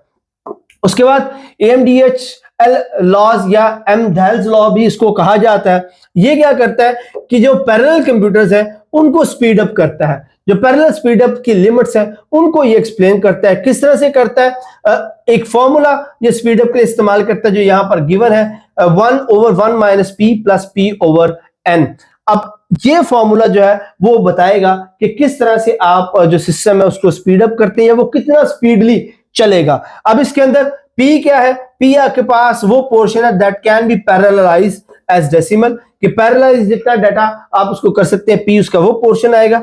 एन नंबर ऑफ प्रोसेसर्स हैं जो उसके अंदर इस्तेमाल हो रहे हैं और 1 - p जो वो सीक्वेंशियल पोर्शन है। इसके हम प्रैक्टिकल एक एग्जांपल देखते हैं, उससे आपको ज्यादा ये क्लियर हो जाएगा। आप देखिए फर्ज करिए आपके पास 90% जो डाटा है वो पैरेललाइज हो सकता है, तो इसका मतलब ये है कि P की वैल्यू 0.9 होगी। तो मैक्सिमम 100% होगा उसके लिए P की वैल्यू मैक्सिमम 1 होगी। हम 90% की अगर बात करें तो 0.9 P की वैल्यू आ जाएगी। 10% मस्ट बी सीक्वेंशियल, 10% डाटा जो वो सीक्वेंशियली 1 by 1 जो है वो आपको ऑपरेट करवाना पड़ेगा। अब अगर हम स्पीड ऑफ फार्मूला में ये सारी वैल्यूज पुट करें तो अब देखिए 1/0.1 हमारे पास क्या आ जाएगा, जो सीक्वेंशियल डाटा आ गया, क्योंकि 0.9 जो है वो आपका पैरेलल डाटा चला गया, तो रिमेनिंग सीक्वेंशियल कितना रह जाएगा 0.1, 0.9/10, क्योंकि 10 प्रोसेसर है हमारे पास। जब हम इसको कैलकुलेट करते हैं तो हमारे पास पीसी जो है वो 5.26 टाइम्स फास्टर जो है वो काम करेगा अगर हम 90% डाटा को सीक्वेंशियल लेकर चलते हैं और 10 प्रोसेसर्स के साथ। अब आप प्रोसेसर्स बढ़ा देते हैं, 100 प्रोसेसर्स पर ले जाते हैं, तो यहां पर ये जो 10 की वैल्यू यहां पर आप इसको 100 प्लेस करेंगे, यू विल सी कि अब हमारे पास जो सीपीयू है वो 9.17% जो वो फास्टर काम करेगा। इवन के आप इन्फिनिटी प्रोसेसर्स भी यहां पर इस्तेमाल कर लेंगे तो आपकी मैक्सिमम जो स्पीड अप लिमिट है वो 10x है, यानी कि 10 गुना तक आप उसको स्पीड अप कर सकते हैं। अगर आप इन्फिनिटी प्रोसेसर भी इस्तेमाल कर सकते हैं तो मैक्सिमम जो लिमिट है स्पीड अप की वो 10 है, 10 तक जो है वो आप उसको स्पीड अप कर सकते हैं। तो ये फार्मूला है जिसको एमडेल्स लॉ कहते हैं, जो एक्सप्लेन करता है कि कितने परसेंट डाटा को आप सीक्वेंशियल चलाते हैं, कितने परसेंट को आप पैरेलल चलाते हैं और कितने प्रोसेसर के साथ आप उसको सारे सेटअप को कितना स्पीड अप जो है वो कर सकते हैं। उसके बाद आ जाते हैं जी क्लाउड कंप्यूटिंग। क्लाउड कंप्यूटिंग क्या होता है जी? इसमें आप क्या करते हैं, आप किसी और का कंप्यूटर जो है वो इंटरनेट के ऊपर इस्तेमाल करते हैं, यानी कि आप सर्विसेज जो है वो हायर करते हैं। आप खुद से अपना हार्डवेयर जो अपडेट नहीं करते, अपना हार्डवेयर नहीं लगाते, बल्कि किसी दूसरे हार्डवेयर को आप इंटरनेट के थ्रू एक्सेस करते हैं, उसको हायर करते हैं और उसके ऊपर जो है वो अपनी सर्विसेज ऑपरेट करवाते हैं। आप उन सर्विसेज की वजह जो है उनको पे करते हैं। अब इसके 3 मॉडल होते हैं, IaaS, PaaS एंड SaaS। ये 3 मॉडल्स हैं जिनके जरिए आप ये वर्चुअल कंप्यूटिंग कर सकते हैं। जो IaaS है उसके अंदर वर्चुअल मशीन जो है वो उनकी स्टोरेज को आप हायर करते हैं, जिसकी एग्जांपल जो है वो एप्स हैं, डाटा है जो आप डिफरेंट कंपनीज का इस्तेमाल करते हैं। PaaS जो है वो प्लेटफॉर्म है जो एप्स बनाने के लिए आप हायर करते हैं और आप उस पर अपनी नीड्स के मुताबिक, अपने डाटा के मुताबिक, अपनी रिक्वायरमेंट के मुताबिक एप्स जो है वो बनवा सकते हैं। उसके बाद SaaS है, ये रेडी टू यूज सॉफ्टवेयर हैं, जैसे कि प्ले स्टोर्स हैं। प्ले स्टोर्स में जितने सॉफ्टवेयर मौजूद है वो SaaS मॉडल के तहत आपको अवेलेबल होते हैं। आप पे करके उन सॉफ्टवेयर को अपनी जो रिक्वायरमेंट है उसके मुताबिक उसको डिप्लॉय कर सकते हैं। तो ये 3 मॉडल्स हैं क्लाउड कंप्यूटिंग की मदद से जो आप अपनी जरूरियात के मुताबिक उसको हायर कर सकते हैं। ओके, जब बात कर लेते हैं कुछ बेसिक साइबर सिक्योरिटी के बारे में। साइबर सिक्योरिटी क्या है? ये आप इंटरनेट के ऊपर रहते हुए अपनी स्पेस को, अपने डाटा को, अपनी एक्सेस को सिक्योर करते हैं, उसको हम साइबर सिक्योरिटी कहते हैं। अब जो मेन थ्रेट आपको ऑनलाइन रहते हुए फेस करने पड़ सकते हैं उनमें मैलवेयर है, फिशिंग है, DDoS है, मैन इन मिडल है और इनसाइडर है। इनको हम डिटेल से नेक्स्ट चैप्टर में भी हम क्योंकि उसके अंदर साइबर सिक्योरिटी हम डिटेल से डिस्कस करेंगे, यहाँ पे हम सिर्फ एक ओवरव्यू कर रहे हैं चीजों का। तो ये बेसिकली 5 तरह के थ्रेट्स होते हैं। मैलवेयर की बात करिए, बैड सॉफ्टवेयर है, वायरसेस है, रैंसमवेयर है जो आपके डाटा को एनक्रिप्ट कर लेते हैं और पैसों की एवज या किसी और चीज की एवज जो उसको डिक्रिप्ट करने की डिमांड की जाती है। फिशिंग के अंदर फेक ईमेल्स, फेक वेबसाइट जो वो आपकी पर्सनल इंफॉर्मेशन को, आपकी आइडेंटिटी को चोरी करने की कोशिश करते हैं।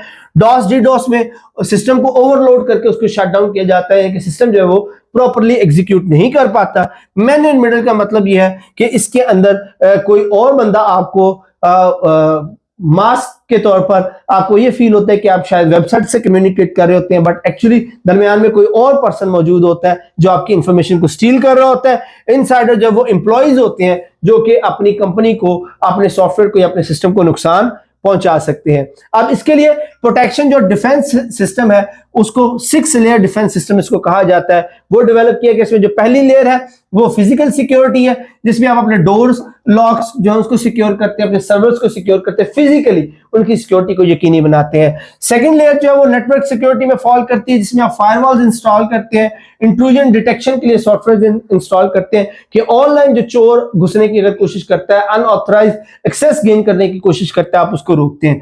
थर्ड लेयर जो वो सिस्टम लेवल पर आ जाती है, आप अपने सिस्टम को, उसके पैच को, उसकी वल्नरेबिलिटी को अपडेट रखते हैं, अपने सिस्टम को, अपने सॉफ्टवेयर को अपडेट रखते हैं और अपने जो पैचेस हैं उनको अपडेट रखते हैं ताकि कोई और उसको सिक्योर ना कर सके।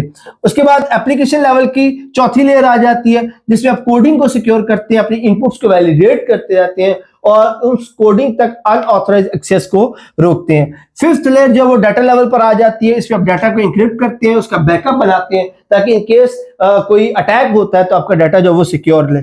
लास्ट जो वो यूजर लेवल के, जिसमें आप लोगों को ट्रेन करते हैं, पासवर्ड स्ट्रॉन्ग बनाते हैं, लोगों को एथिकल ट्रेनिंग्स देते हैं ताकि वो सिस्टम को किसी तरह से नुकसान ना पहुंचा सके। तो ये 6 लेयर मॉडल है जिसमें आप फिजिकल से लेके इमोशनली, एथिकली भी जो अपनी चीजें हैं उनको आप सिक्योर करते हैं।